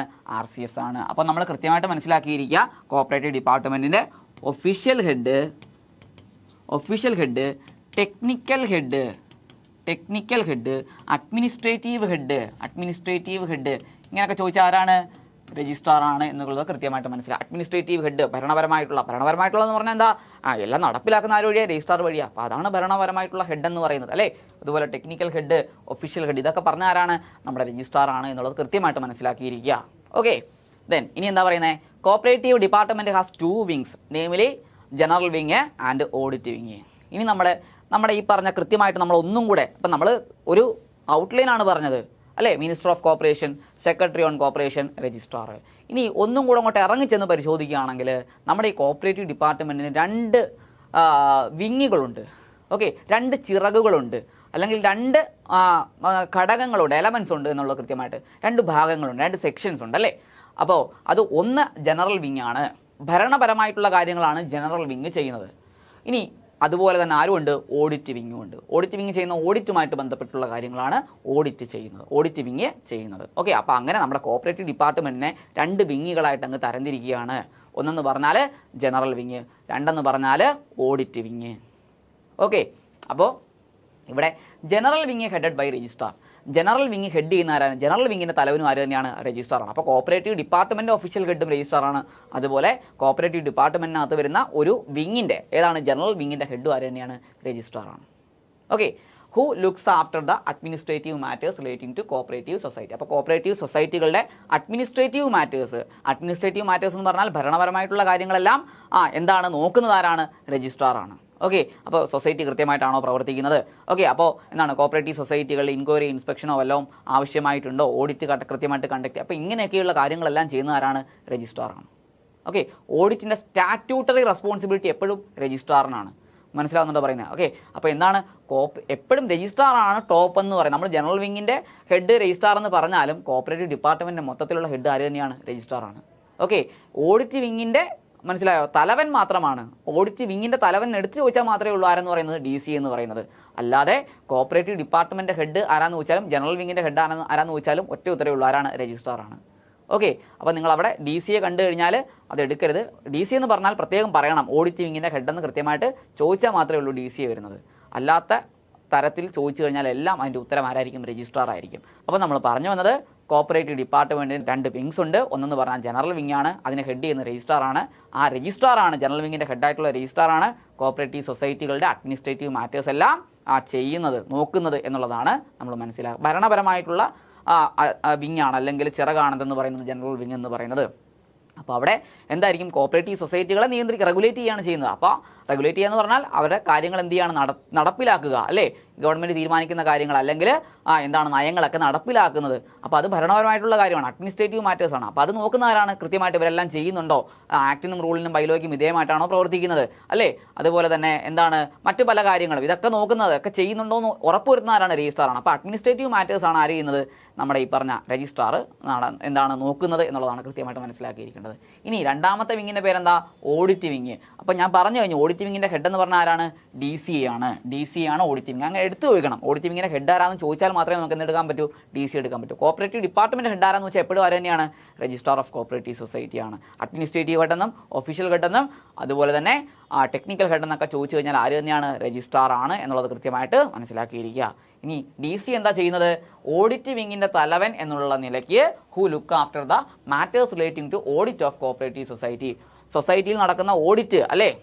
കണക്കുകളുടെ പരിശോധന, അതുമായി കണക്കുകളുടെ പരിശോധന മാത്രമല്ല, നമ്മൾ ഓഡിറ്റുമായി ബന്ധപ്പെട്ട് പറയുന്ന സെക്ഷൻ 63, അതേപോലെ 64, അതുപോലെ റൂളുകൾ, അല്ലേ? 64 തൊട്ട് 64A, 64B, 65 ഇവിടെയൊക്കെ കൃത്യമായിട്ട് പറയുന്നുണ്ട്. ഓഡിറ്റിൻ്റെ സ്കോപ്പിനെ കുറിച്ച് നമ്മൾ എവിടെ പറയുന്നുണ്ട്? സെക്ഷൻ 64 പറയുന്നുണ്ട്. അപ്പോൾ അവിടെ നമ്മൾ കൃത്യമായിട്ട് മനസ്സിലാക്കണം, കണക്ക് പരിശോധന മാത്രമല്ല അഡ്മിനിസ്ട്രേറ്റീവ് മാറ്റേഴ്സും എല്ലാം പരിശോധിക്കുന്നുണ്ട്, അല്ലേ? കോപ്പറേറ്റീവ് ഓഡിറ്റിൽ. അപ്പോൾ ഇതിൻ്റെ ഇത്തരത്തിൽ എല്ലാ ഒരു സൊസൈറ്റിയുടെ എല്ലാ മേഖലകളിലേക്കും അത് അഡ്മിനിസ്ട്രേറ്റീവ് ഭരണപരമായിട്ടുള്ള കാര്യങ്ങളും പരിശോധിക്കും, ഫിനാൻഷ്യൽ ആയിട്ടുള്ള മാറ്റേഴ്സും പരിശോധിക്കും, അല്ലേ? അതുപോലെ സെക്ഷൻ 2AB എന്ന് പറഞ്ഞാൽ കോപ്പറേറ്റീവ് ഓഡിറ്റിൻ്റെ ഡെഫിനിഷനാണ്. അവിടെ നമ്മൾ പഠിക്കുന്നുണ്ട്. ഒരു കാര്യം മാത്രമല്ല, പല തരത്തിലുള്ള കാര്യങ്ങളുണ്ട് കോപ്പറേറ്റീവ് ഓഡിറ്റുമായിട്ട് ബന്ധപ്പെട്ട്. അപ്പോൾ ഇതിൻ്റെയൊക്കെ കാര്യങ്ങൾ നോക്കുക എന്നുള്ളതാണ് ഈ ഓഡിറ്റിൻ്റെ, അല്ലേ? ഒരു സൊസൈറ്റിയുടെ എല്ലാ തലങ്ങളിലേക്കും ആഴ്ന്നിറങ്ങി ചെല്ലുന്ന കോപ്പറേറ്റീവ് ഓഡിറ്റിൻ്റെ കാര്യങ്ങൾ നോക്കി നടത്തുക എന്നുള്ളതാണ് അതിൻ്റെ ഹെഡായിട്ടുള്ള ഓഡിറ്റ് വിങ്ങിൻ്റെ ഹെഡായിട്ടുള്ള DCA ചെയ്യുന്നത്.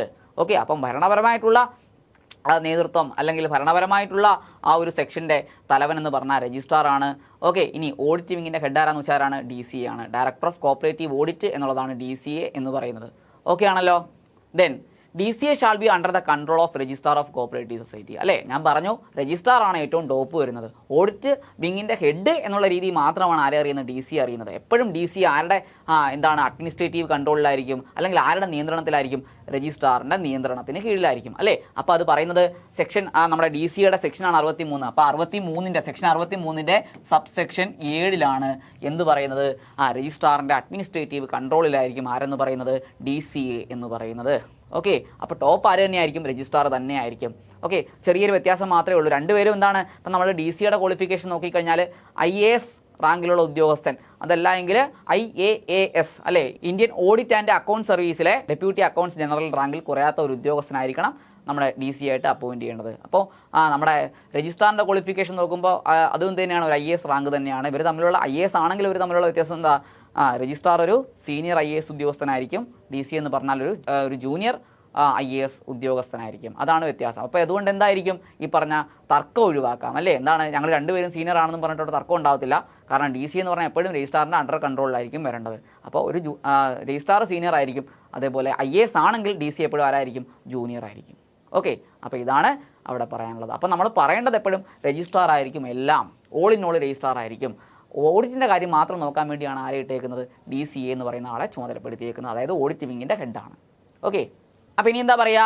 There are other societies in various departments which are under the administrative control of functional registrars, and the responsibility of audit of such societies is associated with the cooperative department. എന്താ പറയുന്നത്? അതായത് നമ്മൾ തൊട്ട് മുകളിൽ പറഞ്ഞിട്ടുണ്ടായിരുന്നു, രജിസ്ട്രാറിനാണ് ഒരു cooperative സൊസൈറ്റിയെ register ചെയ്യാനും administer ചെയ്യാനും ലിക്വിഡേറ്റ് ചെയ്യാനും ഒക്കെയുള്ള സ്റ്റാറ്റ്യൂട്ടറി അതോറിറ്റി എന്ന് പറയുന്നത്. പക്ഷേ ചില സൊസൈറ്റികളുടെ കേസിൽ ഒരു ചെറിയ മാറ്റം ഉണ്ടാകും. ചെറിയ മാറ്റം എന്ന് പറയുമ്പോൾ മാറ്റം ഉണ്ടാകും, അങ്ങനെ തന്നെ പറയണം അല്ലേ?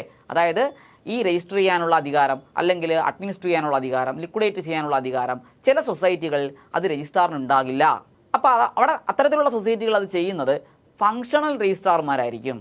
ഓക്കെ, അപ്പോൾ രജിസ്ട്രാറും ഉണ്ട്, ഫങ്ഷണൽ രജിസ്ട്രാറും ഉണ്ട്. ഫങ്ഷണൽ രജിസ്ട്രാർ എന്ന് പറഞ്ഞു കഴിഞ്ഞാൽ ഫങ്ഷണൽ സൊസൈറ്റികളുടെ കേസിൽ മാത്രമാണ് വരുന്നത്. ചില പ്രത്യേക സൊസൈറ്റികളുണ്ട്, ഇപ്പോൾ കയറ്, khadi and village industries, okay, അതേപോലെ ഫിഷറി സൊസൈറ്റി, ഇതൊക്കെ എന്ന് പറഞ്ഞാൽ ഫങ്ഷണൽ സൊസൈറ്റികളാണ്. ഇവർ നമ്മുടെ കോപ്പറേറ്റീവ് ഡിപ്പാർട്ട്മെൻറ്റ് അണ്ടറിൽ വരുന്നതല്ല. അതായത് അഡ്മിനിസ്ട്രേറ്റീവ് ഡിപ്പാർട്ട്മെൻറ്റ് അവർക്കുണ്ട്. ഇപ്പോൾ ഫിഷറി ആണെങ്കിൽ എന്താണ്, നമ്മുടെ ഫിഷറി ഡെവലപ്മെൻറ്റ് ബോർഡ് ഉണ്ടാകും. ഖാദി ആൻഡ് വില്ലേജ് ഇൻഡസ്ട്രീസ് ആണെങ്കിൽ അതിനൊരു khadi and village industries board ഉണ്ടാകും. ഓക്കെ, അതിൽ കയറാണെങ്കിൽ എന്താണ്, കയർ വികസന കോർപ്പറേഷൻ ഉണ്ടാകും. അപ്പോൾ അങ്ങനെയൊക്കെയുള്ള ചില ഡിപ്പാർട്ട്മെൻറ്റിൻ്റെ കീഴിലായിരിക്കും ഇത്തരത്തിലുള്ള സൊസൈറ്റികൾ പ്രവർത്തിക്കുന്നത്, നമ്മുടെ കോപ്പറേറ്റീവ് ഡിപ്പാർട്ട്മെൻറ്റിൻ്റെ കീഴിലല്ല. അതുകൊണ്ട് തന്നെ കോപ്പറേറ്റീവ് ഡിപ്പാർട്ട്മെൻറ്റ് ഹെഡായിട്ടുള്ള രജിസ്ട്രാർ ആയിരിക്കില്ല ഇവിടുത്തെ എന്താണ് ഈ രജിസ്ട്രേഷൻ അതോറിറ്റി, അല്ലെങ്കിൽ എന്താണ് അഡ്മിനിസ്റ്റർ ചെയ്യാനുള്ള അതോറിറ്റി, അതുപോലെ ലിക്വിഡേറ്റ് ചെയ്യാനുള്ള അതോറിറ്റി. അപ്പോൾ അതൊക്കെ ആർക്ക് പോകും? അതാത് ഡിപ്പാർട്ട്മെൻറ്റിലെ അഡ്മിനിസ്ട്രേറ്റീവ് ഹെഡിന് പോകും. ഓക്കെ, അപ്പോൾ അവിടെ ആ അഡ്മിനിസ്ട്രേറ്റീവ് ഹെഡുകളെ അറിയപ്പെടുന്ന പേരാണ് ഫങ്ഷണൽ രജിസ്ട്രാർ. അപ്പോൾ എന്താണ് പറഞ്ഞേക്കുന്നത്? there are other societies, നമ്മൾ തൊട്ട് മുകളിൽ പറഞ്ഞതുപോലെ രജിസ്ട്രാർ രജിസ്റ്റർ ചെയ്യാത്ത, അല്ലെങ്കിൽ അഡ്മിനിസ്റ്റർ ചെയ്യാത്ത, അല്ലെങ്കിൽ ലിക്വിഡേറ്റ് ചെയ്യാത്ത മറ്റ് ചില സൊസൈറ്റികളുണ്ട്. Okay, in various departments. Okay, അവർ പ്രവർത്തിക്കുന്നത് അവരുടേതായിട്ടുള്ള ഡിപ്പാർട്ട്മെൻറ്റിൻ്റെ കീഴിലായിരിക്കും, അല്ലാതെ നമ്മുടെ കോപ്പറേറ്റീവ് ഡിപ്പാർട്ട്മെൻറ്റിൻ്റെ കീഴിലല്ല അവർ വരുന്നത്. അതുകൊണ്ടാണ് അത്തരത്തിലുള്ള സൊസൈറ്റികളുടെ ഭരണനിർവഹണം അതാത് സൊസൈറ്റികളുടെ അതാത് ഡിപ്പാർട്ട്മെൻറ്റിലെ ഒഫീഷ്യൽ ഹെഡിന് പോകുന്നത്, അതായത് ഫങ്ഷണൽ രജിസ്ട്രാറിന് പോകുന്നത്. Okay, which are under the administrative control അല്ലേ? അത്തരത്തിലുള്ള സൊസൈറ്റികൾ ആരുടെ അഡ്മിനിസ്ട്രേറ്റീവ് കൺട്രോളിലായിരിക്കും? ഫങ്ഷണൽ രജിസ്ട്രാർമാരെന്നറിയപ്പെടുന്ന രജിസ്ട്രാർമാരുടെ കീഴിലായിരിക്കും. ഓക്കെ, ആൻഡ് ദ റെസ്പോൺസിബിലിറ്റി, പക്ഷേ ഒരു കാര്യമുണ്ട്, അത്തരത്തിലുള്ള സൊസൈറ്റികളിൽ ഓഡിറ്റിൻ്റെ റെസ്പോൺസിബിലിറ്റിയും ആർക്ക് തന്നെയായിരിക്കും? കോപ്പറേറ്റീവ് ഡിപ്പാർട്ട്മെൻറ്റ് തന്നെയായിരിക്കും. ബാക്കിയുള്ള കാര്യങ്ങളൊക്കെയാണ് ഫങ്ഷണൽ രജിസ്ട്രാർ ചെയ്യുന്നത്. അത്തരത്തിലുള്ള സൊസൈറ്റികളിൽ ഇപ്പം രജിസ്റ്റർ ചെയ്ത് കൊടുക്കുക, അഡ്മിനിസ്ട്രേഷൻ, ഇപ്പോൾ ഇൻക്വയറി, ഇൻസ്പെക്ഷൻ തുടങ്ങിയ കാര്യങ്ങളൊക്കെ നടത്തുന്ന ആരായിരിക്കും? ഫങ്ഷണൽ രജിസ്ട്രാർ ആയിരിക്കും. പക്ഷേ ഇത്തരത്തിലുള്ള സൊസൈറ്റികൾ ഓഡിറ്റ് ചെയ്യുന്ന ആര് തന്നെയായിരിക്കും? നമ്മുടെ കോപ്പറേറ്റീവ് ഡിപ്പാർട്ട്മെൻറ്റ് തന്നെയായിരിക്കും. ഇപ്പോൾ ഒരു കയർ സൊസൈറ്റി എടുത്തു കഴിഞ്ഞാൽ രജിസ്റ്റർ ചെയ്യുന്നതും അഡ്മിനിസ്റ്റർ ചെയ്യുന്നതൊക്കെ ആ ഒരു കയർ ഡിപ്പാർട്ട്മെൻറ്റിൻ്റെ ഫങ്ഷണൽ രജിസ്ട്രാർ ആയിരിക്കും. പക്ഷേ കയർ സൊസൈറ്റികളിൽ ഓഡിറ്റ് നടത്തുന്ന ആരായിരിക്കും? നമ്മുടെ കോപ്പറേറ്റീവ് ഡിപ്പാർട്ട്മെൻ്റ് ആയിരിക്കും. അപ്പോൾ അത് മാത്രമേ ഉള്ളൂ വ്യത്യാസം.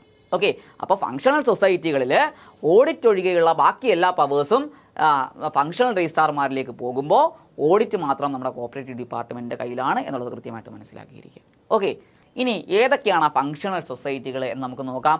ഒന്നാമതായിട്ട് khadi and village industries cooperative society. അപ്പോൾ khadi and village industries cooperative society നമ്മളിപ്പോൾ JCI ഇനി വിളിക്കാൻ പോവുകയാണ് അല്ലേ? ഖാദി ആൻഡ് വില്ലേജ് ഇൻഡസ്ട്രീസിൻ്റെ ജൂനിയർ കോപ്പറേറ്റീവ് ഇൻസ്പെക്ടർ പരീക്ഷ നമ്മൾ എഴുതും അല്ലേ? അപ്പം അത് ഫ്യൂച്ചറിൽ വിളിക്കും. അപ്പോൾ ആ ഒരു khadi and village industries cooperative സൊസൈറ്റികളുടെ ഇൻസ്പെക്ടറാണ് നമ്മൾ പരീക്ഷ എഴുതാൻ പോകുന്നത്.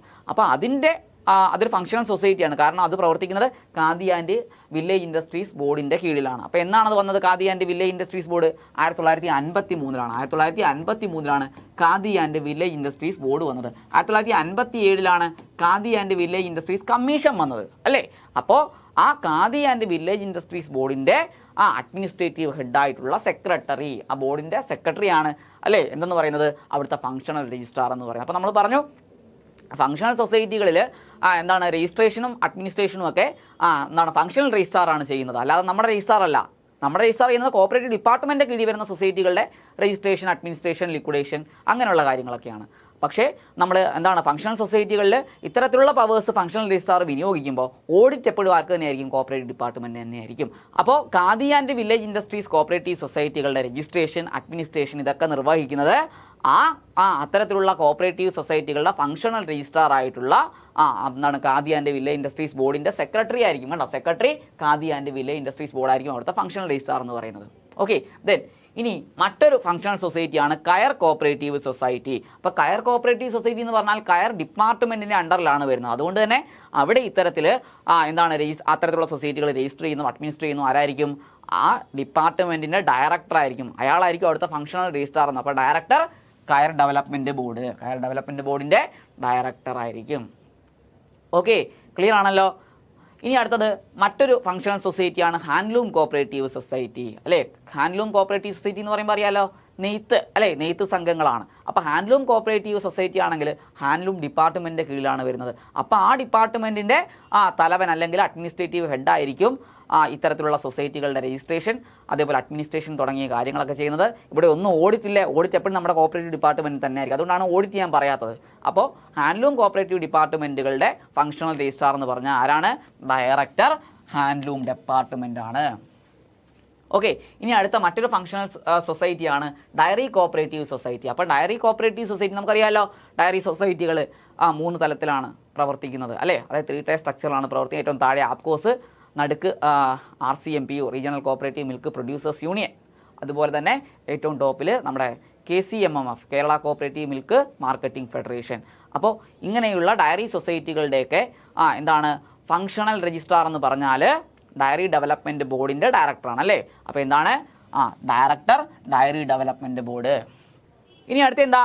Diary cooperative society. എങ്ങനെയുള്ളത്? ട്രഡീഷണൽ അല്ലേ, മോഡേൺ ആയിട്ടുള്ള ഡയറി കോപ്പറേറ്റീവ് സൊസൈറ്റിയാണ് ആപ്കോസ് എന്ന് പറയുന്നത്. 1980 ജാനുവരി 1 ശേഷം രജിസ്റ്റർ ചെയ്തിട്ടുള്ള സൊസൈറ്റികളാണ് ആപ്കോസ്. അതർവൈസ് നോൺ ആസ് ക്ഷീര ഉൽപാദക കോപ്പറേറ്റീവ് സൊസൈറ്റി, KUCS അല്ലേ. ഓക്കെ, ഇനി അതല്ല 1980 മുമ്പ് രജിസ്റ്റർ ചെയ്യപ്പെട്ട ഡയറി സൊസൈറ്റികൾ, അത് ട്രഡീഷണൽ ടൈപ്പാണ്. അതിനെ വിളിക്കുന്ന പേരാണ് KVCS, ക്ഷീര വ്യവസായ കോപ്പറേറ്റീവ് സൊസൈറ്റി. അങ്ങനെയുള്ള ക്ഷീര വ്യവസായ കോപ്പറേറ്റീവ് സൊസൈറ്റികളുടെയും ഫങ്ഷണൽ രജിസ്ട്രാർ എന്ന് പറഞ്ഞാൽ ആര് തന്നെയാണ്? ഡയറക്ടർ ഡയറി ഡെവലപ്മെൻറ്റ് ബോർഡ് ആയിരിക്കും. ഓക്കെ, അപ്പോൾ ഡയറി സൊസൈറ്റി എന്ന് കേട്ട് കഴിഞ്ഞാൽ നിങ്ങളൊന്നും ചിന്തിക്കേണ്ട, അവിടുത്തെ ഫങ്ഷണൽ രജിസ്ട്രാർ ഡയറി ഡെവലപ്മെൻറ്റ് ബോർഡിൻ്റെ ഡയറക്ടർ ആയിരിക്കും. ഓക്കെ, ഇനി അടുത്ത മറ്റൊരു സൊസൈറ്റി ഏതാ? Industrial cooperative society. മറ്റൊരു ഫങ്ഷണൽ സൊസൈറ്റിയാണ് ഇൻഡസ്ട്രിയൽ കോപ്പറേറ്റീവ് സൊസൈറ്റി എന്ന് പറയുന്നത്. അപ്പോൾ ഇൻഡസ്ട്രിയൽ കോപ്പറേറ്റീവ് സൊസൈറ്റികളുടെ ഫങ്ഷണൽ രജിസ്ട്രാർ എന്ന് പറഞ്ഞാൽ ഇൻഡസ്ട്രിയൽ ഡിപ്പാർട്ട്മെൻറ്റിൻ്റെ ഡയറക്ടർ ആയിരിക്കും. ഓക്കെ, അതുപോലെ തന്നെ മറ്റൊരു ഫങ്ഷണൽ സൊസൈറ്റിയാണ് ഫിഷറീസ് കോപ്പറേറ്റീവ് സൊസൈറ്റി എന്ന് പറയുന്നത്. അപ്പോൾ ഫിഷറീസ് കോപ്പറേറ്റീവ് സൊസൈറ്റി എന്ന് പറയുമ്പോൾ നമ്മുടെ മത്സ്യഫെഡ്, അതിന് താഴെ വരുന്ന പ്രൈമറി ഫിഷർമെൻ കോപ്പറേറ്റീവ് സൊസൈറ്റി. അപ്പോൾ ഇതിൻ്റെയൊക്കെ എന്താണ് രജിസ്ട്രേഷൻ, അതുപോലെ അഡ്മിനിസ്ട്രേഷൻ, ഇങ്ങനെയുള്ള അധികാരങ്ങൾ വിനിയോഗിക്കുന്നത് അവിടുത്തെ ഫങ്ഷണൽ രജിസ്ട്രാർ ആയിട്ടുള്ളത് ആരായിരിക്കും? ഫിഷറീസ് ഡിപ്പാർട്ട്മെൻറ്റിലെ ഡയറക്ടർ ആയിരിക്കും. അടുത്തായിട്ട് നമ്മുടെ കോപ്പറേറ്റീവ് ഡിപ്പാർട്ട്മെൻറ്റിൻ്റെ ഒരു അഡ്മിനിസ്ട്രേറ്റീവ് തലമാണ് പരിശോധിക്കുന്നത്. അതായത് നമ്മൾ പഠിച്ചിട്ടുണ്ട് ഇവിടെ ഈ ഗവൺമെൻറ് എന്താണ് രജിസ്ട്രാറിൻ്റെ അധികാരങ്ങൾ 3 സബ്സെക്ഷൻ 2 പ്രകാരം കൺഫർ ചെയ്ത് കൊടുത്തിട്ടുണ്ട് അല്ലേ. അപ്പോൾ അദ്ദേഹത്തിൻ്റെ താഴെത്തട്ടിലുള്ള ഉദ്യോഗസ്ഥന്മാർക്ക് ആരൊക്കെയാണ്, അവരിലേക്ക് ഒരു റാങ്കിങ് എങ്ങനെയാണ് വരുന്നത് തുടങ്ങിയ കാര്യങ്ങളൊക്കെ നമുക്കൊന്ന് പഠിക്കാം. അപ്പോൾ ഇവിടെ നമ്മൾ കോപ്പറേറ്റീവ് ഡിപ്പാർട്ട്മെൻറ്റിൻ്റെ ഒരു ഫുൾ സ്ട്രക്ചറാണ് നമ്മൾ ഈ ഒരു ചാർട്ട് വഴി പഠിക്കാൻ പോകുന്നത്. അപ്പോൾ നമ്മളിനി ഡെലിഗേഷൻ ഓഫ് പവേഴ്സ് ഓഫ് രജിസ്ട്രാറിൻ്റെ അധികാരങ്ങൾ അറിയാലോ. 3 സബ്സെക്ഷൻ 2 പ്രകാരം ഗവൺമെൻറ് രജിസ്ട്രാറിൻ്റെ അധികാരങ്ങൾ ഏതെങ്കിലും സ്റ്റേറ്റ് ഗവൺമെൻറ് ഉദ്യോഗസ്ഥന്മാർക്ക് കൺഫർ ചെയ്ത് കൊടുക്കുന്നു അല്ലേ. അപ്പോൾ ഇങ്ങനെ രജിസ്ട്രാറിൻ്റെ അധികാരങ്ങൾ കിട്ടിയിട്ടുള്ള അദ്ദേഹത്തിൻ്റെ സബോർഡിനേറ്റ്സ് ആരൊക്കെയാണ് എന്നുള്ളതാണ് നമുക്ക് പഠിക്കാനുള്ളത്. അതിൻ്റെ ഒരു ഓർഡർ എങ്ങനെയാണ് ഈ അധികാരത്തിൻ്റെ അടിസ്ഥാനത്തിൽ ഇവരെ ഈ പറഞ്ഞ അടുക്കി വെച്ചേക്കുന്നത്. അപ്പോൾ അതിലൂടെ നമ്മൾ കോപ്പറേറ്റീവ് ഡിപ്പാർട്ട്മെൻറ്റിൻ്റെ ഒരു ഫുൾ വ്യൂ ആണ് നമ്മൾ പഠിക്കുന്നത്. ഓക്കെ, അപ്പോൾ delegation of powers of registrar കൃത്യമായിട്ട് ഫോക്കസ് ചെയ്ത് പഠിക്കുക. അപ്പോൾ നമ്മൾ പഠിച്ചു ഏറ്റവും ടോപ്പിലുള്ള ഉദ്യോഗസ്ഥൻ അല്ലേ ആരാണ്? രജിസ്ട്രാർ ഓഫ് കോപ്പറേറ്റീവ് സൊസൈറ്റിയാണ്. നമ്മുടെ കോപ്പറേറ്റീവ് ഡിപ്പാർട്ട്മെൻറ്റിൻ്റെ ഒഫീഷ്യൽ ഹെഡാണ് ആരെന്ന് പറയുന്നത്? രജിസ്ട്രാർ ഓഫ് കോപ്പറേറ്റീവ് സൊസൈറ്റീസ് എന്ന് പറയുന്നത്. അപ്പോൾ എൻ്റെ ഈ സൈഡ് എന്ന് പറയുന്നത് ജനറൽ വിങ് ആണ്. ഓക്കെ, ഇപ്പുറത്തെ സൈഡ് എന്ന് പറഞ്ഞാൽ ഓഡിറ്റ് വിങ് ആണ്.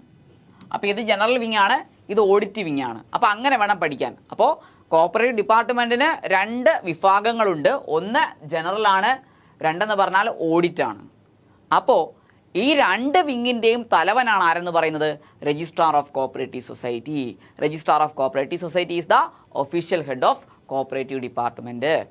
ഓക്കെ, അപ്പോൾ നമ്മളെ ഈ പറഞ്ഞ രീതിയിൽ രജിസ്ട്രാറിൻ്റെ ഈ അധികാരങ്ങൾ ജനറൽ എന്ന് പറയുന്ന ജനറൽ വിങ്ങിലെ പല പല ഉദ്യോഗസ്ഥന്മാരിലേക്ക് കൺഫർ ചെയ്ത് കിട്ടുന്നു. അതുപോലെ തന്നെ രജിസ്ട്രാറിൻ്റെ ഓഡിറ്റുമായിട്ട് ബന്ധപ്പെട്ട പവർ നേരെ DCAയിലേക്ക് പോയിട്ട് DCAയിൽ നിന്ന് താഴേക്ക് DCAയുടെ അധികാരങ്ങൾ ഇപ്രകാരം രജിസ്ട്രാറിൻ്റെ കൺഫർ ചെയ്ത് കൊടുത്തിരിക്കുന്നത് പോലെ ഗവൺമെൻറ് DCAയുടെ സബോർഡിനേറ്റ് ഉദ്യോഗസ്ഥന്മാർക്ക് കൺഫർ ചെയ്ത് കൊടുക്കുന്നു. ഓക്കെ, അപ്പോൾ അതാണ് നമ്മൾ മനസ്സിലാക്കിയിരിക്കേണ്ടത്. അപ്പോൾ ഇവിടെ ചോദിക്കുമ്പോൾ കോപ്പറേറ്റീവ് ഡിപ്പാർട്ട്മെൻറ്റിൻ്റെ ഹെഡ് ആരാന്ന് വെച്ച് കഴിഞ്ഞാൽ രജിസ്ട്രാർ ഓഫ് കോപ്പറേറ്റീവ് സൊസൈറ്റി ആണ്. എങ്കിൽ കോപ്പറേറ്റീവ് ഡിപ്പാർട്ട്മെൻറ്റിലെ ഓഡിറ്റ് വിങ്ങിൻ്റെ ഹെഡ് ആരാന്ന് വെച്ച് കഴിഞ്ഞാൽ അങ്ങനെ എടുത്ത് ചോദിക്കുവാണെങ്കിൽ അതിൻ്റെ ഉത്തരവാരാവും DCA ആയിട്ട് മാറും. അപ്പോൾ head of cooperative department registrar of cooperative society. ഇനി ജനറൽ വിങ്ങിൻ്റെ തലവൻ ആരാന്ന് വെച്ചാലും കോപ്പറേറ്റീവ് ഡിപ്പാർട്ട്മെൻറ്റിൻ്റെ ജനറൽ വിങ്ങിൻ്റെ തലവൻ ആരാന്ന് വെച്ചാലും അതാര് തന്നെയാണ്? രജിസ്ട്രാർ ഓഫ് കോപ്പറേറ്റീവ് സൊസൈറ്റീസ് ആണ്. എങ്കിൽ പരീക്ഷയ്ക്ക് ഇങ്ങനെ ചോദിക്കുകയാണ്, എന്താണ് കോപ്പറേറ്റീവ് ഡിപ്പാർട്ട്മെൻറ്റിലെ ഓഡിറ്റ് വിങ്ങിൻ്റെ തലവൻ ആരാണ് എന്നാണ് ചോദിക്കുന്നതെങ്കിൽ ഓഡിറ്റ് വിങ് എന്ന് എടുത്ത് ചോദിക്കുവാണെങ്കിൽ അതിൻ്റെ ഉത്തരം DCA വരും.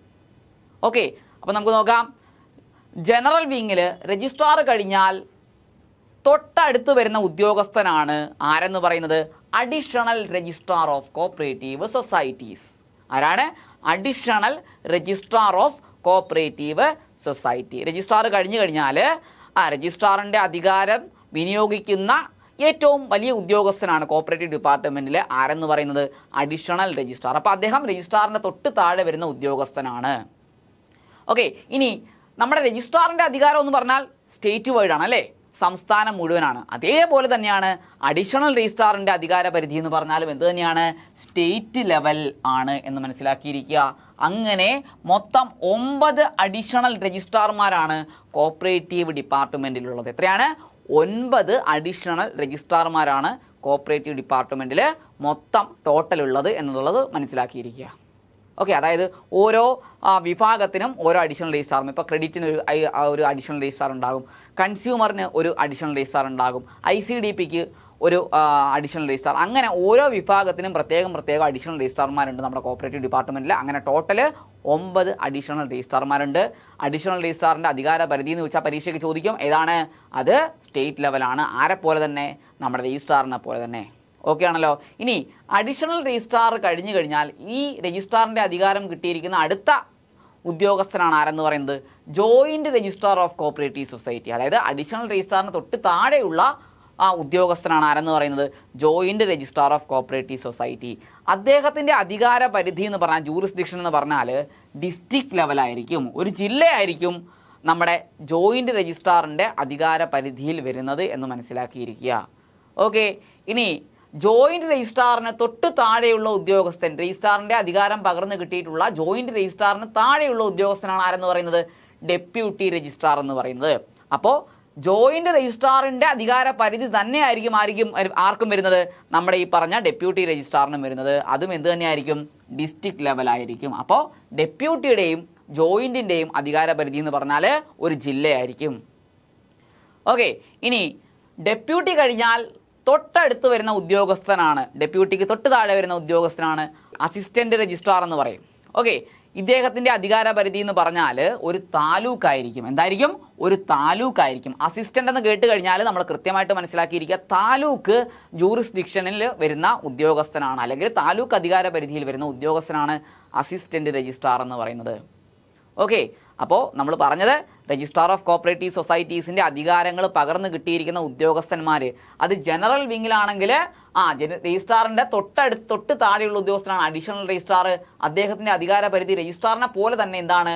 സ്റ്റേറ്റ് ലെവലാണ്. ഒരു സംസ്ഥാനം മുഴുവനായിരിക്കും അഡീഷണൽ രജിസ്ട്രാറിൻ്റെ അധികാര പരിധി. അങ്ങനെയുള്ള മൊത്തം 9 അഡീഷണൽ രജിസ്ട്രാർമാരാണ് കോപ്പറേറ്റീവ് ഡിപ്പാർട്ട്മെൻറ്റിലുള്ളത്. അഡീഷണൽ രജിസ്ട്രാർ കഴിഞ്ഞു കഴിഞ്ഞാൽ തൊട്ടടുത്ത ഉദ്യോഗസ്ഥനാണ് ജോയിൻറ്റ് രജിസ്ട്രാർ. ജോയിൻ്റ് എന്ന് കേട്ടാൽ ജില്ല എന്ന് മനസ്സിലാക്കിയിരിക്കുക, ജോയിൻറ്റ് ജില്ല അല്ലേ? അപ്പോൾ എന്താണ്? ജില്ല അധികാര പരിധിയിലുള്ള ഉദ്യോഗസ്ഥനാണ് കോപ്പറേറ്റീവ് ഡിപ്പാർട്ട്മെൻറ്റിലെ ആരെന്ന് പറയുന്നത്? ജോയിൻറ്റ് രജിസ്ട്രാർ എന്ന് പറയുന്നത് അല്ലേ? ജെ ജില്ല എന്ന് പഠിച്ചാൽ മതി, ജെ ജില്ല. ഓക്കെ, ഇനി എന്താ?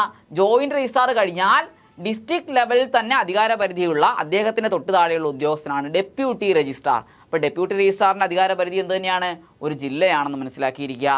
ഇനി രജിസ്ട്രാർ എന്ന് വിളിക്കുന്ന ഏറ്റവും അവസാനത്തെ ഉദ്യോഗസ്ഥനാണ്, ഏറ്റവും താഴെയുള്ള ഉദ്യോഗസ്ഥനാണ് അസിസ്റ്റന്റ് രജിസ്ട്രാർ എന്ന് പറയുന്നത്. അദ്ദേഹത്തിൻ്റെ അധികാര പരിധി എന്ന് പറഞ്ഞാൽ താലൂക്ക് ലെവലാണ്. അപ്പോൾ ഇത്രയും ആൾക്കാരനെ നമ്മൾ എന്തെന്നാണ് വിളിക്കുക? രജിസ്ട്രാർ എന്നാണ് വിളിക്കുക. രജിസ്ട്രാർ അല്ലേ? Assistant registrar of cooperative society, deputy registrar of cooperative society, joint registrar of cooperative society and additional registrar of cooperative societies. Okay, ഇതാണ് ജനറൽ വിങ് എന്ന് പറയുന്നത്. ഈ ജനറൽ വിങ്ങിൻ്റെ ഹെഡ് ആരാണ്? രജിസ്ട്രാർ ഓഫ് കോപ്പറേറ്റീവ് സൊസൈറ്റി ആണ്. Okay, ഇനി assistant രജിസ്ട്രാറിന് താഴെ വരുന്ന ഉദ്യോഗസ്ഥന്മാരുണ്ട്, അവർ രജിസ്ട്രാർമാരല്ല. അപ്പോൾ എല്ലാവരും ഇപ്പം ജൂനിയർ കോപ്പറേറ്റീവ് ഇൻസ്പെക്ടറിൻ്റെ എക്സാം കഴിഞ്ഞ് അല്ലേ, എന്താണ് ഇൻ്റർവ്യൂവിൻ്റെ ഒക്കെ ഡേറ്റ് വന്ന് കിടക്കുകയാണ്. അപ്പോൾ എല്ലാവരും ആ പരീക്ഷയൊക്കെ എഴുതി പാസ്സായി നിൽക്കുന്ന ആൾക്കാരൊക്കെ ഉണ്ടാവും. അപ്പോൾ നമ്മൾ എന്താവാൻ വേണ്ടിയാണ് JC എക്സാം എഴുതിയത്? ഇൻസ്പെക്ടർ ആവുന്നതിന് വേണ്ടിയാണ് അല്ലേ? അതായത് ജൂനിയർ കോപ്പറേറ്റീവ് ഇൻസ്പെക്ടർ ആകുന്നതിന് വേണ്ടിയാണ്. അപ്പം ജൂനിയർ കോപ്പറേറ്റീവ് ഇൻസ്പെക്ടർ എന്ന് പറഞ്ഞാൽ കോപ്പറേറ്റീവ് ഡിപ്പാർട്ട്മെൻറ്റിലുള്ള ഒരു ഉദ്യോഗസ്ഥനാണ്. അദ്ദേഹം ഒരിക്കലും ആരല്ല? രജിസ്ട്രാർ അല്ല. രജിസ്ട്രാർ എന്ന് പറഞ്ഞാൽ ഇവിടം വരെ വരൂ, അസിസ്റ്റന്റ് രജിസ്ട്രാർ വരെ വരൂ. ഇനി അതിന് തൊട്ട് താഴോട്ടുള്ള എല്ലാവരും ഉദ്യോഗസ്ഥന്മാരാണ്, ഓഫീസേഴ്സാണ്. ഓക്കെ, അപ്പം അതാരൊക്കെയാണെന്നാണ് നമ്മൾ പറയുന്നത്. അപ്പോൾ നമ്മൾ JC എഴുതി നമ്മൾ ആദ്യം കയറുന്ന എങ്ങോട്ടേക്കായിരിക്കും? ഈ പറഞ്ഞ ജനറൽ വിങ്ങിലാണെങ്കിൽ നമ്മുടെ ഇൻസ്പെക്ടർ, ജൂനിയർ കോപ്പറേറ്റീവ് ഇൻസ്പെക്ടറിലേക്കായിരിക്കും കയറുന്നത്. അവിടുന്ന് പിന്നെ മുകളിലോട്ട് പ്രൊമോഷൻ കിട്ടി പോകുന്ന പോസ്റ്റുകളാണ് ഈ ഓരോന്നും. അവിടെ രജിസ്ട്രാർ എന്ന് പറയുന്ന പോസ്റ്റ് തുടങ്ങുന്ന എവിടെ? അസിസ്റ്റന്റ് രജിസ്ട്രാറിലായിരിക്കും. അപ്പോൾ അസിസ്റ്റന്റ് രജിസ്ട്രാറിന് തൊട്ട് താഴെയുള്ള ഉദ്യോഗസ്ഥനാരാണ്? സീനിയർ ഇൻസ്പെക്ടറാണ്. ആരാണ്? Senior inspector. ഓക്കെ, സീനിയർ ഇൻസ്പെക്ടറാണ്. ജൂനിയർ ഇൻസ്പെക്ടർ നമ്മൾ JC എക്സാം എഴുതി ആദ്യം കയറുന്ന, ജനറൽ വിങ്ങിൽ കയറുവാണെങ്കിൽ ആദ്യം കയറുന്ന പോസ്റ്റാണ് ജൂനിയർ കോപ്പറേറ്റീവ് ഇൻസ്പെക്ടർ. അതിന് തൊട്ട് മുകളിലുള്ള പോസ്റ്റാണെന്ന് പറയുന്നത് സീനിയർ ഇൻസ്പെക്ടർ എന്ന് പറയുന്നത്. അപ്പോൾ സീനിയർ ഇൻസ്പെക്ടർ ഒരിക്കലും രജിസ്ട്രാർ അല്ല എന്ന് മനസ്സിലാക്കിയിരിക്കുക. ഓക്കെ, അപ്പോൾ എന്താണ്? ഈ സീനിയർ ഇൻസ്പെക്ടർ തന്നെ യൂണിറ്റ് ഉണ്ടാവും. A&E എന്ന് പറഞ്ഞാൽ arbitration and execution. Arbitration and execution, അതാണ് A&E എന്ന് പറയുന്നത്. അപ്പോൾ A&E arbitration and execution inspectors ഉണ്ടാവും. അതേപോലെ സ്പെഷ്യൽ സെയിൽ സീനിയർ ഇൻസ്പെക്ടർമാരുണ്ടാവും. അങ്ങനെ 3 ടൈപ്പ് ഉണ്ട്. ഓക്കെ, അപ്പോൾ എന്താണ് ഈ ഇൻസ്പെക്ടർ ചെയ്യുന്നത് എന്ന് ചോദിച്ചു കഴിഞ്ഞാൽ ഇൻസ്പെക്ഷനാണ്. നമ്മൾ റൂൾ 66 പ്രകാരം രജിസ്ട്രാർ നടത്തുന്ന ഇൻസ്പെക്ഷൻ ഉണ്ടല്ലോ കോപ്പറേറ്റീവ് സൊസൈറ്റികളിൽ, അപ്പോൾ അത് ഫ്രീക്വൻ്റ് ആയിട്ട് നടത്തുന്നുണ്ടാവും. രജിസ്ട്രാർ സ്വന്തം തീരുമാനപ്രകാരം നടത്തുന്നുണ്ടാവും. ഒരു ക്രെഡിറ്ററിൻ്റെ ആപ്ലിക്കേഷൻ പ്രകാരം നടത്തുന്നുണ്ടാവും. അപ്പോൾ ആരാണ് ഇൻസ്പെക്ഷന് വേണ്ടി വരുന്നത്? ഈ പറഞ്ഞ ഇൻസ്പെക്ടേഴ്സാണ്. അപ്പോൾ അതിനകത്ത് ഇൻസ്പെക്ടർമാരിൽ സീനിയർ ഇൻസ്പെക്ടറിൻ്റെ കാര്യമാണ് ഞാൻ പറഞ്ഞത്. ഇനി ആരുണ്ട്? തൊട്ട് താഴെ ജൂനിയർ ഇൻസ്പെക്ടറും ഉണ്ട്. അപ്പോൾ സീനിയർ ഇൻസ്പെക്ടർ തന്നെ 3 കാറ്റഗറി ഉണ്ട്.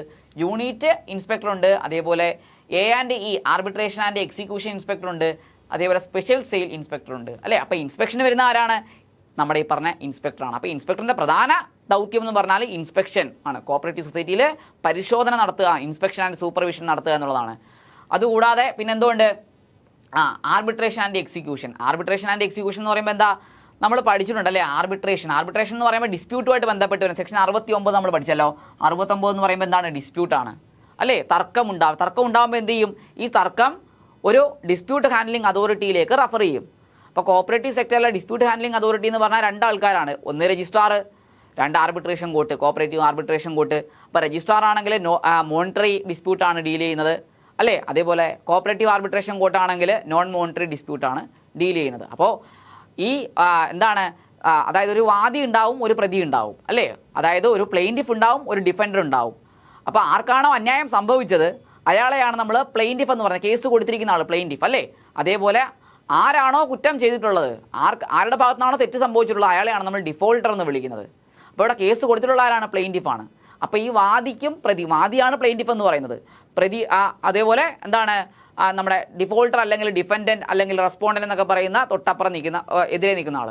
അപ്പോൾ ഈ 2 ആൾക്കാരുടെയും ഇടയിൽ ഒരു മധ്യസ്ഥം വരും അല്ലേ? അപ്പോൾ എന്താണ് മധ്യസ്ഥൻ എന്ന് പറയുന്നത്? ഒരു ഇടയ്ക്കൊരു ഇൻ്റർമീഡിയറ്റ് വരും ഈ 2 ആൾക്കാരുടെ ഇടയിൽ. എന്നിട്ട് എന്താണ് ഇവർ തമ്മിലുള്ള പ്രശ്നം പരിഹരിക്കുന്നതിന് വേണ്ടി ഈ 2 ആൾക്കാരുടെയും വാദങ്ങളെല്ലാം, അവർക്ക് പറയാനുള്ള കാര്യങ്ങളെല്ലാം കേട്ട് അല്ലേ? അപ്പം പ്ലെയിൻറ്റിഫ് ആയിരിക്കും കേസ് കൊടുക്കുന്നത്. അപ്പോൾ എന്ത് ചെയ്യും? ഡിഫൻഡൻറ്റിനെ വിളിച്ചു വരുത്തും. എന്നിട്ട് 2 ആൾക്കും പറയാനുള്ളത്, വാദിക്ക് പറയാനുള്ളതും കേൾക്കും, പ്രതിക്ക് പറയാനുള്ളതും കേൾക്കും. എന്നിട്ട് എന്താണ്? ഒരു വിധി കൊടുക്കും. ഒരു വിധി, അതിനെ നമ്മൾ വിളിക്കുന്നത് സെക്ഷൻ 70 പ്രകാരം അവാർഡ് എന്നാണ് വിളിക്കുന്നത്. ഓക്കെ. അപ്പോൾ അവാർഡ് കൊടുക്കുന്നവരാണ് ഡിസ്പ്യൂട്ട് ഹാൻഡ്ലിംഗ് അതോറിറ്റിയാണ്. അപ്പോൾ കോപ്പറേറ്റീവ് സെക്ടറിൽ 2 ആൾക്കാരാണ് dispute handling authority, 1 registrar, 2 arbitration court. അപ്പോൾ എന്തോ ആയാലും 70 പ്രകാരം ഇവർ ഈ വാദങ്ങളെല്ലാം കേട്ടിട്ട് ഒരു വിധി അവാർഡ് കൊടുക്കും. ഓക്കെ. അപ്പോൾ ഇതുവരെയാണ് ആർബിട്രേഷൻ്റെ കാര്യങ്ങൾ വരുന്നത്. അവാർഡ് വരെയാണ് ആർബിട്രേഷൻ എന്ന് പറയുന്നത്, അല്ലേ? അപ്പോൾ ഒരു അവാർഡ് കിട്ടിക്കഴിഞ്ഞാൽ ആ അവാർഡ് ആർക്ക് അനുകൂലമായിട്ടാണോ വന്നിട്ടുള്ളത് അതറിയാമല്ലോ. പ്ലെയിൻറ്റിഫിന് അനുകൂലമായിട്ടായിരിക്കും വിധി വരുന്നത്. ഓക്കെ, വാദിക്ക് അനുകൂലമായിട്ടായിരിക്കും വിധി വരുന്നത് പ്ലെയിൻറ്റിഫ്, അല്ലേ? അപ്പോൾ ഈ പ്ലെയിൻറ്റിഫ് ഈ അവാർഡ് കൈവച്ചുകൊണ്ടിരുന്നാൽ മതിയോ? പറ്റത്തില്ല. അവാർഡിനൊരു കാലാവധി ഉണ്ട് എന്ന് പറയുമ്പോൾ അവാർഡിൻ്റെ ഡേറ്റ് എന്നാണോ, ആ അവാർഡിനകത്ത് പറഞ്ഞേക്കുന്ന ഡേറ്റ് എന്നാണോ, അന്ന് തൊട്ട് 12 വർഷത്തിനുള്ളിൽ ഇതിന് എക്സിക്യൂഷന് ആപ്ലിക്കേഷൻ കൊടുക്കുക, നടപ്പിലാക്കുക. എക്സിക്യൂഷൻ എന്ന് പറഞ്ഞാൽ എന്താ? ഈ വിധി നടപ്പിലാക്കുക. അപ്പോൾ അവാർഡ് കൊടുക്കുന്നത് വരെയാണ് ആർബിട്രേഷൻ എന്ന് പറയുന്നത്. അതായത് ഒരു കേസ് കൊടുക്കുന്നു, അത് മോണിറ്ററി ആണെങ്കിൽ രജിസ്ട്രാറിലേക്ക് പോകുന്നു, നോൺ മോണിറ്ററി ആണെങ്കിൽ ആർബിട്രേഷൻ കോർട്ടിലേക്ക് പോകുന്നു. അപ്പോൾ ആരാണോ ആ ഡിസ്പ്യൂട്ട് ഹാൻഡ്ലിംഗ് അതോറിറ്റി, അവർ ഈ 2 ആൾക്കാർക്കും വാദിക്കും പ്രതിക്കും പറയാനുള്ള കാര്യങ്ങളെല്ലാം കേട്ടിട്ട് 70 പ്രകാരം ഒരു അവാർഡ് കൊടുക്കും. അതുവരെയാണ് ആർബിട്രേഷൻ. അവാർഡ് വരെയാണ് കൊടുക്കുന്നത് വരെയാണ് ആർബിട്രേഷൻ വരുന്നത്. ഇനി അതിനെ നടപ്പിലാക്കുക, വിധി നടപ്പിലാക്കുന്നതാണ് എന്ന് പറയുന്നത് എക്സിക്യൂഷൻ എന്ന് പറയുന്നത്. അപ്പോൾ എക്സിക്യൂഷന് പറയുന്ന സെക്ഷൻസ് അറിയാമല്ലോ. സെക്ഷൻ 75, 76 എന്നൊക്കെ പറയുന്ന സെക്ഷൻസ് ഉണ്ട്. അപ്പോൾ ഇതൊക്കെ എക്സിക്യൂഷനോട് ബന്ധപ്പെട്ടിട്ടുള്ളതാണ്, അല്ലേ? 75 enforcement of charge, 76 execution of orders, awards, decision etcetera, അല്ലേ? അപ്പോൾ അവാർഡ് കിട്ടിക്കഴിഞ്ഞാൽ അത് കൈ വെച്ചുകൊണ്ടിരുന്ന് കഴിഞ്ഞാൽ നടപ്പിലാവത്തില്ല. പിന്നെ എന്താണ്? അത് നടപ്പിലാക്കാൻ രജിസ്ട്രാറിനാണ് ആപ്ലിക്കേഷൻ കൊടുക്കണം. ആർക്ക് കൊടുക്കണം? രജിസ്ട്രാറിന് ആപ്ലിക്കേഷൻ കൊടുക്കണം. അപ്പോൾ രജിസ്ട്രാർ എന്ത് ചെയ്യും? ഇത് നടപ്പിലാക്കുന്നതിന് വേണ്ടി ഒരു ഉദ്യോഗസ്ഥനെ അപ്പോയിൻറ്റ് ചെയ്യും. അദ്ദേഹത്തിന് നമ്മൾ വിളിക്കുന്ന പേരാണ് സെയിൽ ഓഫീസർ. ആരാണ്? Sale officer. ഓക്കെ, ക്ലിയർ ആണല്ലോ. ഇനി ആർബിട്രേഷൻ്റെ കേസ് നോക്കിയാൽ നിങ്ങൾ മോണിറ്ററി ഡിസ്പ്യൂട്ടുകളുടെ കേസ് ഞാൻ പറഞ്ഞു രജിസ്ട്രാറിനാണ് എന്ത് കൊടുക്കുന്നത്? കേസ് കൊടുക്കുന്നത്, ഈ ഡിസ്പ്യൂട്ട് റെഫർ ചെയ്ത് കൊടുക്കുന്നത്. അപ്പോൾ രജിസ്ട്രാർ ചില സമയത്ത് രജിസ്ട്രാർ സ്വമേധയാ വിധി കൊടുക്കും. അതല്ല എങ്കിൽ രജിസ്ട്രാർ അദ്ദേഹത്തിൻ്റെ ഒരു കീഴുദ്യോഗസ്ഥനെ ഈ കാര്യങ്ങളെല്ലാം കേട്ടിട്ട് വിധി കൊടുക്കാൻ വേണ്ടി അപ്പോയിൻറ്റ് ചെയ്യും, ചുമതലപ്പെടുത്തും, അല്ലേ? അപ്പോൾ അങ്ങനെ വരുന്ന ഉദ്യോഗസ്ഥനെ വിളിക്കുന്ന പേരാണ് ആർബിട്രേറ്റർ. എന്താണ്? ആർബിട്രേറ്റർ. അപ്പോൾ ഈ ആർബിട്രേറ്ററായിട്ട് ആരെ അപ്പോയിൻറ്റ് ചെയ്യും? സീനിയർ ഇൻസ്പെക്ടർ ആർബിട്രേറ്ററായിട്ട് പോകാറുണ്ട്. ആരാണ് അപ്പോയിൻറ്റ് ചെയ്യുന്നത്? അദ്ദേഹത്തിൻ്റെ മേലുദ്യോഗസ്ഥനായിട്ടുള്ള രജിസ്ട്രാറാണ് അപ്പോയിൻറ്റ് ചെയ്യുന്നത്, അല്ലേ? അപ്പോൾ രജിസ്ട്രാർ അപ്പോയിൻറ്റ് ചെയ്യുന്ന ഉദ്യോഗസ്ഥൻ എന്തുമായിട്ട് ബന്ധപ്പെട്ട് ഡിസ്പ്യൂട്ട് ഹാൻഡിൽ ചെയ്ത് വിധി കൊടുക്കുന്ന അവാർഡ് കൊടുക്കുന്നതിന് വേണ്ടി രജിസ്ട്രാർ അപ്പോയിൻറ്റ് ചെയ്യുന്ന ഉദ്യോഗസ്ഥനാണ് ആരെന്ന് പറയുന്നത്? ആർബിട്രേറ്റർ എന്ന് പറയുന്നത്. അപ്പോൾ ഈ ആർബിട്രേഷൻ എന്ന് പറയുന്നത് കണ്ടോ, ആർബിട്രേഷൻ ഉണ്ടോ, അതാരാ ചെയ്യുന്നത്? Senior inspector. ഇനി ആർബിട്രേഷൻ പ്രകാരം ഈ സീനിയർ ഇൻസ്പെക്ടർ വിധി കൊടുത്തു എന്ന് വിചാരിക്കുക. അങ്ങനെയാണെങ്കിൽ നടപ്പിലാക്കണ്ടേ? നടപ്പിലാക്കുന്നതിന് വേണ്ടി എന്താ ചെയ്യേണ്ടത്? ഈ രജിസ്ട്രാറിന് തന്നെ ഒരു ആപ്ലിക്കേഷൻ കൊടുക്കണം, നടപ്പിലാക്കണം, ഈ വിധി നടപ്പിലാക്കാൻ അനുമതി തരണം എന്ന് പറഞ്ഞിട്ട്. അപ്പോൾ ഈ ഒരു എന്താണ്, ഈ അവാർഡ് കിട്ടിയ ആളാണ് എന്ത് ചെയ്യുന്നത്? ഇങ്ങനെ എക്സിക്യൂഷൻ ആപ്ലിക്കേഷൻ കൊടുക്കുന്നത്. അപ്പോൾ അത് പ്രകാരം സെക്ഷൻ 76 പ്രകാരമോ 75 പ്രകാരമോ അത് നടപ്പിലാക്കാൻ വേണ്ടി ഈ രജിസ്ട്രാർ തന്നെ ഒരു ഉദ്യോഗസ്ഥനെ അപ്പോയിൻറ്റ് ചെയ്യും. അതും ആര് തന്നെയാണ്? നടപ്പിലാക്കാൻ വരുന്ന ഉദ്യോഗസ്ഥൻ ആരാണ്? സീനിയർ ഇൻസ്പെക്ടറാണ്. മനസ്സിലാവുന്നുണ്ടോ പറയുന്നത്? അപ്പോൾ ഈ സീനിയർ ഇൻസ്പെക്ടർ എന്ത് ചെയ്യുന്നു? ഇതിന്മേലെ എന്താണ്, ഈ അവാർഡ് നടപ്പിലാക്കാനുള്ള കാര്യങ്ങളെല്ലാം ചെയ്യുന്നു. അപ്പോൾ വിധി എക്സിക്യൂട്ട് ചെയ്യാൻ വരുമ്പോൾ സീനിയർ ഇൻസ്പെക്ടറെ നമ്മൾ വിളിക്കുന്ന പേര് സെയിൽ ഓഫീസർ എന്നാണ്. സെയിൽ ഓഫീസർ കേട്ടോ.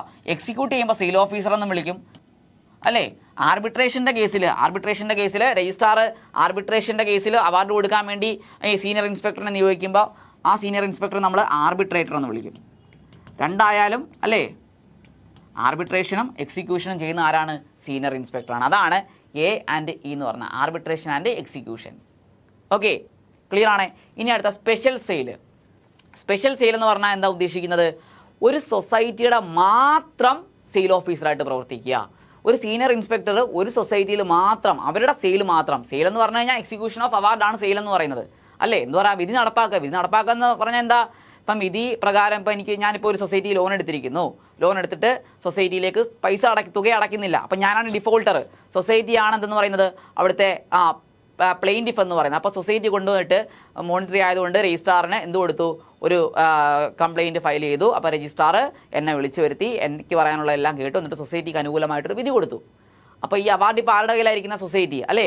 അതിനെ ഡിഗ്രി ഹോൾഡർ എന്ന് നമ്മളെ വിളിക്കാറുണ്ട്, അല്ലേ? ഡിഗ്രി കിട്ടുന്ന ആളെ നമ്മൾ ഡിഗ്രി ഹോൾഡർ എന്ന് വിളിക്കാറുണ്ട്. അപ്പം ഇവിടെ സൊസൈറ്റിയാണ് ഡിഗ്രി ഹോൾഡർ എന്ന് പറയുന്നത്, പ്ലെയിൻറ്റിഫ് അല്ലെങ്കിൽ ഡിഗ്രി ഹോൾഡർ. അപ്പോൾ സൊസൈറ്റി ഈ അവാർഡ് എക്സിക്യൂട്ട് ചെയ്യാനുള്ള ആപ്ലിക്കേഷൻ ആർക്ക് കൊടുക്കും? നടപ്പിലാക്കാനുള്ള ആപ്ലിക്കേഷൻ നമ്മുടെ ഈ പറഞ്ഞ എന്താണ്, രജിസ്ട്രാറിന് കൊടുക്കുന്നു. അപ്പോൾ രജിസ്ട്രാർ ആരെ അപ്പോയിൻറ്റ് ചെയ്യുന്നു? സെയിൽ ഓഫീസറിനെ അപ്പോയിൻറ്റ് ചെയ്യുന്നു. അപ്പോൾ സെയിൽ ഓഫീസർ ചെയ്യുന്ന എന്താ? എൻ്റെ സ്ഥാവര ജംഗമ സ്വത്തുക്കളെല്ലാം അറ്റാച്ച് ചെയ്ത് ജപ്തി ചെയ്ത് അത് സെയിൽ ചെയ്ത് വിറ്റ് സൊസൈറ്റിക്ക് കൊടുക്കാനുള്ള തുക റിയലൈസ് ചെയ്ത് കൊടുക്കുന്നു. അപ്പോൾ ചില സൊസൈറ്റികൾ ഒരു സീനിയർ ഇൻസ്പെക്ടറിനെ അവർക്ക് വേണ്ടി മാത്രം അങ്ങ് നിയോഗിക്കും സെയിൽ നടത്തുന്നതിന് വേണ്ടി. അപ്പോൾ അതിനെയാണ് നമ്മൾ അങ്ങനെയുള്ള ഇൻസ്പെക്ടർമാരെയാണ് സ്പെഷ്യൽ സെയിൽ സീനിയർ ഇൻസ്പെക്ടർ എന്ന് വിളിക്കുന്നത്. അപ്പോൾ ഒരു സൊസൈറ്റിയിൽ എക്സ്ക്ലൂസീവായിട്ട് ആ സൊസൈറ്റിയുടെ സെയിൽ കാര്യങ്ങൾ മാത്രം ചെയ്യുന്നതിന് വേണ്ടി ഒരു സീനിയർ ഇൻസ്പെക്ടർ ഉണ്ടാകും. അപ്പോൾ അതാണ് സ്പെഷ്യൽ സെയിൽ എന്ന് പറയുന്നത്. ഓക്കെ, യൂണിറ്റ് എന്ന് പറഞ്ഞു കഴിഞ്ഞാൽ ഒന്നിലധികം സൊസൈറ്റികളുടെ ആർബിട്രേഷൻ ആൻഡ് എക്സിക്യൂഷൻ ഡീൽ ചെയ്യുകയാണെങ്കിൽ, സെയിൽ ഡീൽ ചെയ്യുകയാണെങ്കിൽ അവരെയാണ് നമ്മൾ യൂണിറ്റ് സീനിയർ ഇൻസ്പെക്ടർ എന്ന് വിളിക്കുന്നത്. അതല്ല ഒരു സൊസൈറ്റിയുടെ സെയിൽ മാത്രം ചെയ്യുവാണെങ്കിൽ അതിനെ വിളിക്കുന്ന പേരാണ് special sale senior inspector. Okay ആണല്ലോ. സീനിയർ ഇൻസ്പെക്ടറിന് താഴെ ഞാൻ പറഞ്ഞില്ലേ ജൂനിയർ കോപ്പറേറ്റീവ് ഇൻസ്പെക്ടർ പരീക്ഷ എഴുതി ജനറൽ വിങ്ങിലേക്കാണ് നമുക്ക് എന്താണ് അപ്പോയിൻമെൻറ്റ്. അപ്പോൾ ഓഡിറ്റ് വിങ്ങിലും കിട്ടാം, അല്ലെങ്കിൽ ജനറൽ വിങ്ങിലും കിട്ടാം. അപ്പോൾ ജനറൽ വിങ്ങിലാണ് നമുക്ക് പ്ലേസ്മെൻറ്റ് കിട്ടുന്നതെങ്കിൽ അവിടെ നമ്മൾ ആദ്യമാകുന്ന പോസ്റ്റാണ് ജൂനിയർ ഇൻസ്പെക്ടർ. അതല്ലേ ജൂനിയർ കോപ്പറേറ്റീവ് ഇൻസ്പെക്ടർ എന്ന് പറയുന്നത്. അപ്പോൾ അവിടെയും സീനിയർ ഇൻസ്പെക്ടറിനെ പോലെ ഈ 3 കാറ്റഗറി ഉണ്ടാകും. ചിലപ്പോൾ യൂണിറ്റ് ഇൻസ്പെക്ടർ ആവാം, അല്ലെങ്കിൽ ആർബിട്രേഷൻ ആൻഡ് എക്സിക്യൂഷൻ ഇൻസ്പെക്ടർ ആകാം, അതല്ല എങ്കിൽ സ്പെഷ്യൽ സെയിൽ ഇൻസ്പെക്ടർ ആവാം. ഇനി സൊസൈറ്റികളിൽ ഇൻസ്പെക്ഷൻ എന്ന് പറയുന്ന ചുമതലയായിട്ട് പോവുകയും ചെയ്യാം. പ്രധാനമായിട്ടും ഇൻസ്പെക്ടേഴ്സ് ചെയ്യുന്നത് ഇൻസ്പെക്ഷനാണ്. അതുകൂടാതെയുള്ള ചുമതലകളാണ് ഞാൻ പറഞ്ഞത് ആർബിട്രേഷൻ ആൻഡ് എക്സിക്യൂഷൻ എന്ന് പറയുന്നത്. ഓക്കെ ആണല്ലോ. അപ്പോൾ ഇത്രയാണ് ജനറൽ വിങ് എന്ന് പറയുന്നത്. ഈ ജനറൽ വിങ്ങിനകത്ത് രജിസ്ട്രാർ എന്ന് വിളിക്കുന്ന ആരെ വരെയുള്ളൂ? അസിസ്റ്റൻറ്റ് രജിസ്ട്രാറിനെ വരെയുള്ളൂ. ഇവർ രണ്ടുപേരും ഉദ്യോഗസ്ഥന്മാർ മാത്രമാണ്. ഓക്കെ, അപ്പോൾ ഇനി നമുക്ക് പഠിക്കാനുള്ളത് ഓഡിറ്റ് വിങ്ങിനെ കുറിച്ചാണ്. ഓഡിറ്റ് വിങ്ങിലൂടെ പഠിച്ചാലേ നമുക്ക് ഈ കോപ്പറേറ്റീവ് ഡിപ്പാർട്ട്മെൻറ്റിൻ്റെ പൂർണ്ണമായിട്ടുള്ള ചിത്രം കിട്ടും.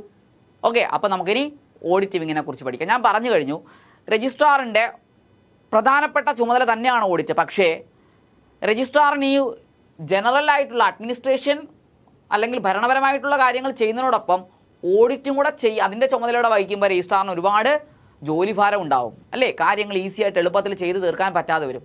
അപ്പോൾ അതുകൊണ്ട് ഈ നമ്മുടെ രജിസ്ട്രാറിൻ്റെ ഓഡിറ്റുമായി ബന്ധപ്പെട്ടുള്ള ചുമതലകൾ മറ്റൊരു ഉദ്യോഗസ്ഥനെ നിയമിച്ച് അദ്ദേഹത്തിലേക്ക് ഷിഫ്റ്റ് ചെയ്തു. അപ്പോൾ അങ്ങനെ ഓഡിറ്റിൻ്റെ ചുമതല വഹിക്കുന്ന ഉദ്യോഗസ്ഥനാണ് ആരെന്ന് പറയുന്നത്? സഹകരണ വകുപ്പിലെ DCA അല്ലെങ്കിൽ ഡയറക്ടർ ഓഫ് കോപ്പറേറ്റീവ് ഓഡിറ്റ് എന്ന് പറയുന്നത്. ഓക്കെ, ഇപ്പം നമ്മൾ പറഞ്ഞു DCA എന്ന് പറഞ്ഞാൽ ഒരു ജൂനിയർ IAS ഓഫീസർ അല്ലെങ്കിൽ IAAS അല്ലേ ഉദ്യോഗസ്ഥനായിരിക്കുമെന്നാണ് നമ്മൾ പറഞ്ഞത്. അപ്പോൾ എപ്പോഴും രജിസ്ട്രാർ എന്ന് പറഞ്ഞാൽ ഒരു സീനിയർ IAS ഓഫീസർ ആയിരിക്കും. അപ്പോൾ DCA എപ്പോഴും രജിസ്ട്രാറിൻ്റെ അണ്ടർ കൺട്രോളിലായിരിക്കും, അല്ലെങ്കിൽ നിയന്ത്രണത്തിലായിരിക്കും. രജിസ്ട്രാറിൻ്റെ നിയന്ത്രണത്തിലായിരിക്കും ആര്? DCA എന്ന് പറയുന്നത്. കാരണം എന്താ? രജിസ്ട്രാറിൻ്റെ കീഴുദ്യോഗസ്ഥനായിട്ട് തന്നെയാണ് ആരെ കണക്കാക്കുന്നത്? DCA കണക്കാക്കുന്നത്. ഓക്കെ, രജിസ്ട്രാറാണ് ഏറ്റവും ടോപ്പ്. പറഞ്ഞു വരുമ്പോൾ DCA ഓഡിറ്റ് വിങ്ങിൻ്റെ തലവൻ എന്ന് മാത്രമേ നമുക്ക് പറയാൻ പറ്റൂ. കോപ്പറേറ്റീവ് ഡിപ്പാർട്ട്മെൻറ്റ് തലവൻ എന്ന് പറയുന്നത് ആരായിരിക്കും? അതായത് ഒഫീഷ്യൽ ഹെഡ് എന്ന് പറഞ്ഞാൽ ആരായിരിക്കും? നമ്മുടെ രജിസ്ട്രാർ ഓഫ് കോപ്പറേറ്റീവ് സൊസൈറ്റീസ് തന്നെയാണ്. ഓക്കെ ആണല്ലോ. അപ്പോൾ ഓഡിറ്റുമായി ബന്ധപ്പെട്ട് ഓഡിറ്റ് വിങ്ങിൻ്റെ ഹെഡാണ് ആരെന്ന് പറയുന്നത്? Director of cooperative audit. അപ്പോൾ DCA എന്നൊക്കെ നമ്മൾ ചുരുക്കി വിളിക്കാറുണ്ട്. ഓക്കെ, അപ്പോൾ DCA വന്നറിയാമല്ലോ. നമ്മുടെ 2000 ഭേദഗതി അല്ലേ, 1999 പാസ് ചെയ്ത് 1/1/2000 നിലവിൽ വന്ന ഭേദഗതി പ്രകാരമാണ് DCA നമ്മുടെ നിയമത്തിനകത്ത് കൂട്ടിച്ചേർക്കപ്പെട്ടത്. ഓക്കെ, 2009 DCAയുടെ പോസ്റ്റ് ക്രിയേറ്റ് ചെയ്തത്. അതോടുകൂടി രജിസ്ട്രാറിൻ്റെ കയ്യിലുണ്ടായിരുന്ന ഓഡിറ്റ് എന്ന് പറയുന്ന ചുമതല ആരിലേക്ക് ഷിഫ്റ്റായി? Director of cooperative audit. അതായത് കോപ്പറേറ്റീവ് സൊസൈറ്റി, സംസ്ഥാനത്ത് പ്രവർത്തിക്കുന്ന എല്ലാ കോപ്പറേറ്റീവ് സൊസൈറ്റികൾ ഇൻക്ലൂഡിങ് ഫങ്ഷണൽ സൊസൈറ്റി, അതിൻ്റെ ഉൾപ്പെടെയുള്ള ഓഡിറ്റിൻ്റെ ചുമതലയാണ് ആരിലേക്ക് വന്നിട്ടുള്ളത്? DCAയിലേക്ക് വന്നിട്ടുള്ളത്. അപ്പം DCAയുടെ അധികാര പരിധി അല്ലെങ്കിൽ ജൂറിസ്ഡിക്ഷൻ എന്ന് പറഞ്ഞാൽ നമ്മൾ മനസ്സിലാക്കിയിരിക്കുക, ഓഡിറ്റ് വിങ്ങിൻ്റെ തലവനായതുകൊണ്ട് തന്നെ എൻ്റയർ സ്റ്റേറ്റ് ഓഫ് കേരള ആയിരിക്കും. അതായത് സ്റ്റേറ്റ് ലെവലായിരിക്കും DCAയുടെ അധികാര പരിധി എന്ന് പറയുന്നത്. ആരെപ്പോലെ? രജിസ്ട്രാറിനെ പോലെ, അഡീഷണൽ രജിസ്ട്രാറിനെ പോലെ. DCAയുടെ അധികാര പരിധിയും ഒരു സംസ്ഥാനം, നമ്മുടെ കേരള സംസ്ഥാനം മുഴുവനായിരിക്കും. ഓക്കെ, ഇനി DCAയുടെ അധികാരങ്ങൾ നമ്മുടെ സെക്ഷൻ 63 ആണല്ലോ DCA എന്ന് പറഞ്ഞ സെക്ഷൻ. മാറ്റി എഴുതാം. സെക്ഷൻ 63 സബ്സെക്ഷൻ 3 പ്രകാരം ഈ DCAയുടെ അധികാരങ്ങൾ അദ്ദേഹത്തിൻ്റെ കുറച്ച് സബോർഡിനേറ്റ്സ് ഓഫീസേഴ്സിലേക്ക് കൺഫർ ചെയ്ത് കൊടുത്തിട്ടുണ്ട്.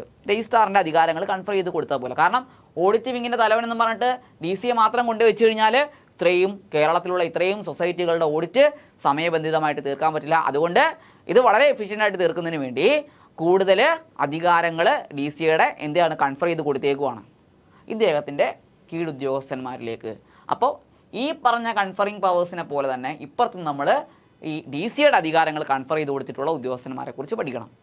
ഓക്കെ, അപ്പോൾ ഡി സിയുടെ അധികാരം പകർന്നു കിട്ടിയിട്ടുള്ള ഒന്നാമത്തെ ഉദ്യോഗസ്ഥൻ, ഡി സി എ കഴിഞ്ഞു കഴിഞ്ഞാൽ തൊട്ട് താഴെ വരുന്ന അടുത്ത ഉദ്യോഗസ്ഥനാണ് additional director of cooperative audit. ഇവിടെ നമ്മൾ ജനറൽ വിങ്ങിൽ രജിസ്ട്രാർ ആണ് ടോപ്പ്, അത് കഴിഞ്ഞാൽ അഡീഷണൽ രജിസ്ട്രാർ ആണ് എന്ന് പറഞ്ഞതുപോലെ ഡി സി എ അദ്ദേഹത്തിൻ്റെ അധികാരം പകർന്നു കിട്ടിയിട്ടുള്ള ആദ്യത്തെ ഉദ്യോഗസ്ഥനാണ് additional registrar of cooperative audit ആണ്. നമ്മൾ ജനറൽ വിങ്ങിൽ additional registrar of cooperative society എന്നാണ് പറയുന്നതെങ്കിൽ ഇവിടെ additional director of cooperative audit ആണ്, രജിസ്ട്രാർ അല്ല, additional director of cooperative audit. Okay, D സിയുടെ അധികാരം സ്റ്റേറ്റ് ലെവൽ ആയിരിക്കുന്നത് പോലെ അഡീഷണൽ എന്ന് കേട്ട് കഴിഞ്ഞാൽ നമ്മൾ എന്തെടുക്കണം, അഡീഷണൽ ഡയറക്ടർ ആയാലും ഇപ്പുറത്തുള്ള ജനറൽ വിങ്ങിൽ അഡീഷണൽ രജിസ്ട്രാർ ആയാലും എന്ത് തന്നെയായിരിക്കും അധികാരപരിധി, സ്റ്റേറ്റ് ആയിരിക്കും, സ്റ്റേറ്റ് ലെവലായിരിക്കും. അപ്പോൾ ഡി സിയുടെ അധികാരപരിധിയും സ്റ്റേറ്റ് ആണ്, അതേപോലെ അഡീഷണൽ ഡയറക്ടർ ഓഫ് കോഓപ്പറേറ്റീവ് ഓഡിറ്റിൻ്റെ അധികാരപരിധിയും സ്റ്റേറ്റ് ആണ്. ഇവിടെ രജിസ്ട്രാറിൻ്റെ അധികാരപരിധിയും സ്റ്റേറ്റ് ആണ്, അതുപോലെ അഡീഷണൽ രജിസ്ട്രാർ ഓഫ് കോഓപ്പറേറ്റീവ് സൊസൈറ്റിയുടെ അധികാരപരിധിയും സ്റ്റേറ്റ് ലെവലാണ്. ഓക്കെ, ദെൻ അഡീഷണൽ രജിസ്ട്രാർ കഴിഞ്ഞാൽ തൊട്ട് താഴെ വരുന്ന ഉദ്യോഗസ്ഥനാണ് ആരെന്ന് പറയുന്നത് joint director of cooperative audit. ഇവിടെ വന്നതുപോലെ തന്നെ ഇവിടെയും വരും. ഓക്കെ, ഇവിടെ അഡീഷണൽ കഴിഞ്ഞ് ജോയിൻ്റ് ആണ് വന്നത് അല്ലേ, അഡീഷണൽ രജിസ്ട്രാർ കഴിഞ്ഞാൽ ജോയിൻറ്റ് രജിസ്ട്രാർ ആണ്. അതേപോലെ ഇവിടെ additional director of cooperative audit കഴിഞ്ഞാൽ joint director of cooperative audit. അപ്പം ജോയിൻ്റ് എന്ന് കേട്ടാൽ ഞാൻ പറഞ്ഞു ജില്ല എന്നാണ് എടുക്കേണ്ടത്. അപ്പം ജോയിൻറ്റ് ഡയറക്ടർ ഓഫ് കോഓപ്പറേറ്റീവ് ഓഡിറ്റിൻ്റെ അധികാരപരിധി അല്ലെങ്കിൽ ജൂറിസ്ഡിക്ഷൻ എന്ന് പറഞ്ഞാൽ എന്തായിരിക്കും, ഒരു ജില്ലയായിരിക്കും, ഡിസ്ട്രിക്ട് ലെവലായിരിക്കും. ഓക്കെ, ഡിസ്ട്രിക്ട് ലെവലായിരിക്കും. ഓക്കെ, ഇനി ഇദ്ദേഹം ജോയിൻറ്റ് ഡയറക്ടർ ആയിരിക്കുന്നതിനോടൊപ്പം തന്നെ ഓഡിറ്ററായിട്ടും പ്രവർത്തിക്കുന്നു.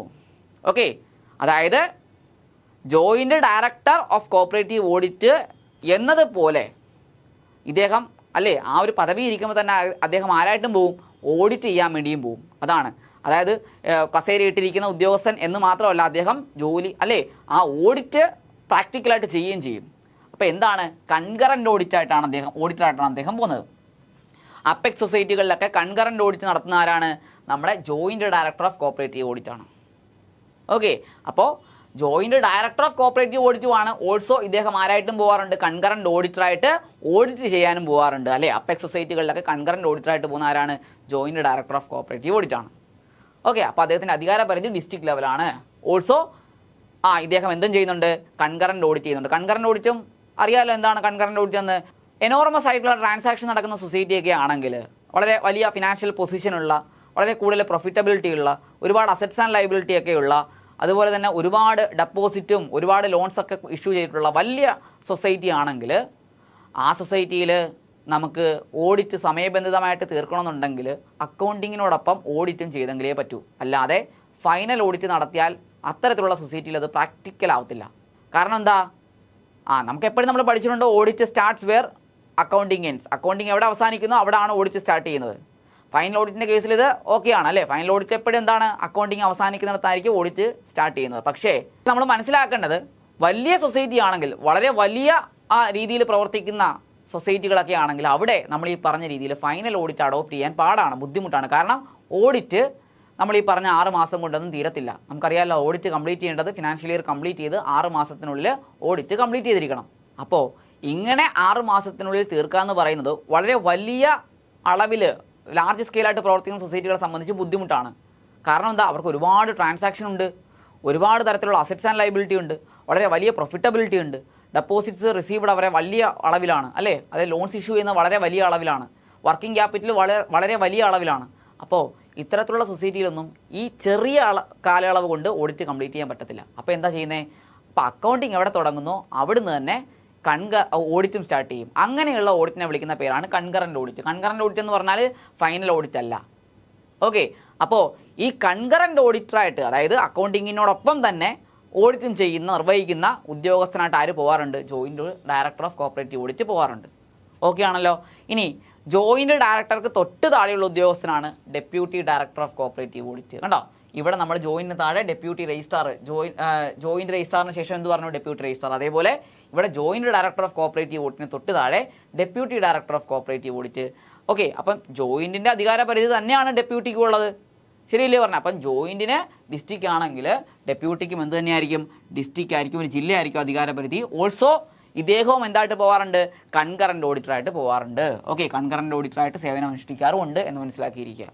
ഓക്കെ, ഇനി ഡെപ്യൂട്ടിക്ക് തൊട്ട് താഴെയുള്ള ഉദ്യോഗസ്ഥനാണ് assistant director of cooperative audit. ഇവിടെ നമ്മൾ ഡെപ്യൂട്ടി രജിസ്ട്രാറിന് ശേഷം കണ്ടതാരാണ്? അസിസ്റ്റന്റ് രജിസ്ട്രാറാണ്. അതേപോലെ ഓഡിറ്റ് വിങ്ങിൽ ഡെപ്യൂട്ടി ഡയറക്ടർ ഓഫ് കോപ്പറേറ്റീവ് ഓഡിറ്റിന് തൊട്ട് താഴെ വരുന്ന ഉദ്യോഗസ്ഥനാണ് ആരെന്ന് പറയുന്നത്? Assistant director of cooperative audit. അപ്പോൾ assistant director of cooperative audit, assistant എന്ന് കണ്ടാൽ ഞാൻ പറഞ്ഞു എന്താണ്? ഒരു താലൂക്കായിരിക്കും അധികാരപരിധി. കണ്ടോ, ഒരു താലൂക്ക് ലെവലിലുള്ള എന്താണ് ഉദ്യോഗസ്ഥനാണ് ആരെന്ന് പറയുന്ന assistant director of cooperative audit. അതുപോലെ തന്നെ എന്താണ് ഇദ്ദേഹം കൺകറന്റ് ഓഡിറ്ററായിട്ട് സേവനമനുഷ്ഠിക്കാറുണ്ട്. അപ്പോൾ ജോയിന്റ് ഡയറക്ടറും ഡെപ്യൂട്ടി ഡയറക്ടറും അസിസ്റ്റന്റ് ഡയറക്ടറും അതാത് ജൂറിസ്ഡിക്ഷനിൽ എന്താണ് അവിടുത്തെ ഹെഡായിട്ടിരിക്കുന്നതിനോടൊപ്പം തന്നെ അവർ കൺകറന്റ് ഓഡിറ്ററായിട്ട് സേവനമനുഷ്ഠിക്കാറുണ്ട് എന്നത് മനസ്സിലാക്കിയിരിക്കുക. ഓക്കെ, ഇനി അപ്പോൾ ഇത്രയും വരെയാണ് നമ്മൾ DC എന്ന് വിളിക്കുന്നത്. കണ്ടോ, ഇവിടെ നമ്മൾ പറഞ്ഞില്ലേ അസിസ്റ്റന്റ് രജിസ്ട്രാർ വരെയാണ് രജിസ്ട്രാർമാരെന്ന് വിളിക്കുന്നത്. അതേപോലെ ഓഡിറ്റ് വിങ്ങിൽ എന്താണ് DC എന്ന് വിളിക്കുന്ന എവിടം വരെയാണ്? ഈ അസിസ്റ്റന്റ് ഡയറക്ടർ വരെയാണ്. ഇത്രയും ആൾക്കാർ എന്താണ് DC ആണ്. ഓക്കെ, അതാണ്ട് ഡയറക്ടർ ഓഫ് കോപ്പറേറ്റീവ് ഓഡിറ്റ് കഴിഞ്ഞാൽ additional director of cooperative audit അല്ലേ, joint director of cooperative audit joint DCA, deputy director of cooperative audit deputy DCA അല്ലേ, assistant director of cooperative audit assistant DCA. അപ്പം DCA എന്ന് പറയുന്ന എവിടം വരെയാ? Assistant വരെയാണ്. ഇനി വരുന്നത് ഉദ്യോഗസ്ഥന്മാരാണ്. ഓക്കെ, അതായത് DC എന്ന് വിളിക്കാത്ത ഉദ്യോഗസ്ഥന്മാർ. ഇവിടെ നമ്മൾ കണ്ടതുപോലെ സീനിയർ സ്പെഷ്യൽ ഗ്രേഡ് ഓഡിറ്റർ എന്ന് പറഞ്ഞിട്ട് ഒരു കാറ്റഗറൈസേഷൻ ഉണ്ട്. ഓക്കെ, എന്താണ്? Assistant director of cooperative audit കഴിഞ്ഞാൽ ആരുണ്ട്? സീനിയർ സ്പെഷ്യൽ ഗ്രേഡ് ഓഡിറ്റേഴ്സ് ഉണ്ട്. ഓക്കെ, അപ്പോൾ അവർ തന്നെ എന്തുകൊണ്ട്? യൂണിറ്റും ഉണ്ട്, കൺകറൻറ്റും ഉണ്ട്. അപ്പോൾ യൂണിറ്റ് എന്ന് പറഞ്ഞാൽ എന്താ ഉദ്ദേശിക്കുന്നത്? യൂണിറ്റ് എന്ന് പറഞ്ഞാൽ ഫൈനൽ ഓഡിറ്റ്, അക്കൗണ്ടിങ് അവസാനിച്ച് ശേഷം ഓഡിറ്റ് സ്റ്റാർട്ട് ചെയ്യുന്ന പരിപാടിയാണ് യൂണിറ്റ് ഓഡിറ്റ് എന്ന് പറയുന്നത്. അപ്പോൾ senior special grade auditor unit ഓഡിറ്ററായിട്ട് പോകാറുണ്ട്. യൂണിറ്റ് ഓഡിറ്ററായിട്ട് പോകുമ്പോൾ എന്താ സംഭവിക്കുന്നത്? അവിടെ അത്തരം ഏത് സൊസൈറ്റിയിലാണ് ഓഡിറ്റിന് പോകുന്നത് അവിടെ അക്കൗണ്ടിങ് അവസാനിച്ചോന്ന് നോക്കും. അക്കൗണ്ടിങ് അവസാനിച്ചതിന് ശേഷം മാത്രമായിരിക്കും ഓഡിറ്റ് സ്റ്റാർട്ട് ചെയ്യുന്നത്. ഓക്കെ, ഇനി അതുപോലെ തന്നെ സീനിയർ സ്പെഷ്യൽ ഗ്രേഡ് ഓഡിറ്റർ എന്തിനും പോകും? കൺകറൻറ്റ് ഓഡിറ്ററായിട്ടും പോകും. പ്രൈമറി സൊസൈറ്റികളൊക്കെ വലിയ ലാർജ് സ്കെയിലിൽ പ്രവർത്തിക്കുന്ന പ്രൈമറി സൊസൈറ്റികളൊക്കെ ഉണ്ടെങ്കിൽ അവിടെയൊക്കെ കൺകറൻറ്റ് ഓഡിറ്ററായിട്ടും ആര് പോകാറുണ്ട്? ഈ സീനിയർ സ്പെഷ്യൽ ഗ്രേഡ് ഓഡിറ്റേഴ്സായിട്ടും പോകാറുണ്ട്. ഓക്കെ, ഇനി സീനിയർ സ്പെഷ്യൽ ഗ്രേഡ് ഓഡിറ്റേഴ്സിൻ്റെ തൊട്ട് താഴെ വരുന്ന ആൾക്കാരാണ് ആരെന്ന് പറയുന്ന ഉദ്യോഗസ്ഥനാണ് സീനിയർ ഓഡിറ്റേഴ്സ് എന്ന് പറയാം. Senior auditors. ഓക്കെ, അത് തന്നെ യൂണിറ്റും ഉണ്ട്, കൺകറൻറ്റും ഉണ്ട്. ഓക്കെ, ഇനി സീനിയർ ഓഡിറ്റേഴ്സിന് താഴെയുള്ള ആൾക്കാരാണ് ഉദ്യോഗസ്ഥന്മാരാണ് ജൂനിയർ ഓഡിറ്റേഴ്സ് എന്ന് പറയുന്നത്. അതും യൂണിറ്റും ഉണ്ട്, കൺകറൻറ്റും ഉണ്ട്. ഓക്കെ, അപ്പം നമ്മൾ ഈ JCA എന്ന് പറഞ്ഞാൽ ജൂനിയർ കോപ്പറേറ്റീവ് ഇൻസ്പെക്ടർ എന്ന് പറയുന്ന പോസ്റ്റിലേക്ക് പരീക്ഷ എഴുതി നമ്മൾക്ക് അപ്പോയിൻമെൻറ്റ് കിട്ടുവാണെങ്കിൽ നമുക്ക് ഈ രണ്ട് വിങ്ങിൽ ഏതെങ്കിലും ഒരിടത്ത് കിട്ടും. അപ്പം യൂഷ്വലി സാധാരണ രീതിയിൽ കൂടുതൽ ആൾക്കാർക്കും കിട്ടുന്നത് ഓഡിറ്ററായിട്ടായിരിക്കും. കാരണം ഓഡിറ്ററാണ് ഏറ്റവും വേണ്ടത്, ഏറ്റവും കൂടുതൽ വേണ്ടത്. അപ്പം ഏതാണ്ട് മുക്കാലോളം ഭാഗം ഭൂരിഭാഗം ആൾക്കാർക്കും എങ്ങോട്ടേക്കായിരിക്കും കിട്ടുന്നത്? ഈ ഓഡിറ്റർ എന്ന് പറയുന്ന പോസ്റ്റിലേക്കായിരിക്കും. അപ്പോൾ ആദ്യം ആരാവും? ജൂനിയർ ഓഡിറ്ററായിട്ട് മാറും. ഓക്കെ, ജൂനിയർ ഓഡിറ്ററിൽ നിന്ന് പിന്നെ പ്രൊമോഷൻ കിട്ടിയ ആരാവും? സീനിയർ ഓഡിറ്റർ ആവും. സീനിയർ ഓഡിറ്ററിൽ നിന്ന് കുറച്ച് ആൾക്കാരെ സീനിയർ സ്പെഷ്യൽ ഗ്രേഡ് ഓഡിറ്റേഴ്സായിട്ട് വെക്കും. ഓക്കെ, കുറച്ച് ആൾക്കാരെ അങ്ങനെ റിസർവ് ചെയ്ത് വെക്കും. ഇനി അവിടുന്നാണ് എന്ത് കിട്ടുന്നത്? അവിടുന്ന് മുകളിലോട്ട് പോകുന്ന പ്രൊമോഷൻ പോസ്റ്റാണ് assistant director of cooperative audit. ഇവിടാണ് DCA എന്ന് പറഞ്ഞ ഒരു പേര് സ്റ്റാർട്ട് ചെയ്യുന്നത്. ഓക്കെ, ഇനി അവിടുന്ന് നമുക്ക് എവിടം വരെ പോവാം? അങ്ങനെ additional director of cooperative audit വരെ പോവാം. ഒരിക്കലും നമുക്ക് ആരാവാൻ പറ്റത്തില്ല, DC ആവാൻ പറ്റത്തില്ല. കാരണം എന്താ? നമുക്ക് IAS IAS എന്ന് പറഞ്ഞ ക്വാളിഫിക്കേഷനോ ഇല്ല. അതുകൊണ്ട് ഓക്കെ, ഇവിടെയും അതേപോലെ പറഞ്ഞത് ജനറൽ വിങ്ങിൽ നമുക്ക് അപ്പോയിൻമെൻറ്റ് കിട്ടുകയാണെങ്കിൽ നമ്മൾ ആദ്യം ജൂനിയർ ഇൻസ്പെക്ടറായിട്ട് മാറും. പിന്നെ അവിടെ നമുക്ക് പ്രൊമോഷൻ കിട്ടി സീനിയർ ഇൻസ്പെക്ടർ ആവും. പിന്നെ നമുക്ക് രജിസ്ട്രാർ പോസ്റ്റിലേക്ക് അസിസ്റ്റന്റ് രജിസ്ട്രാർ ഓക്കെ, ഗസറ്റഡ് റാങ്കാണ്. ആദ്യത്തെ ഗസറ്റഡ് റാങ്ക് വരുന്ന പോസ്റ്റാണ് അസിസ്റ്റന്റ് രജിസ്ട്രാർ എന്ന് പറയുന്നത്. അങ്ങനെ നമ്മൾ പ്രൊമോഷൻ കിട്ടി എവിടെ വരെ പോവും? അഡീഷണൽ രജിസ്ട്രാർ വരെ പോവും. പക്ഷേ ഒരിക്കലും നമുക്ക് ആരാവാൻ പറ്റത്തില്ല? രജിസ്ട്രാർ ഓഫ് കോപ്പറേറ്റീവ് സൊസൈറ്റി ആവാൻ പറ്റത്തില്ല. കാരണം എന്താ? രജിസ്ട്രാറിൻ്റെ കേഡർ എന്ന് പറഞ്ഞാൽ IAS റാങ്കിലുള്ള ഉദ്യോഗസ്ഥനാണ്. ഓക്കെ, അപ്പോൾ ഇത്രയാണ് കോപ്പറേറ്റീവ് ഡിപ്പാർട്ട്മെൻറ്റിൻ്റെ ഒരു സ്ട്രക്ചർ എന്ന് പറയുന്നത്.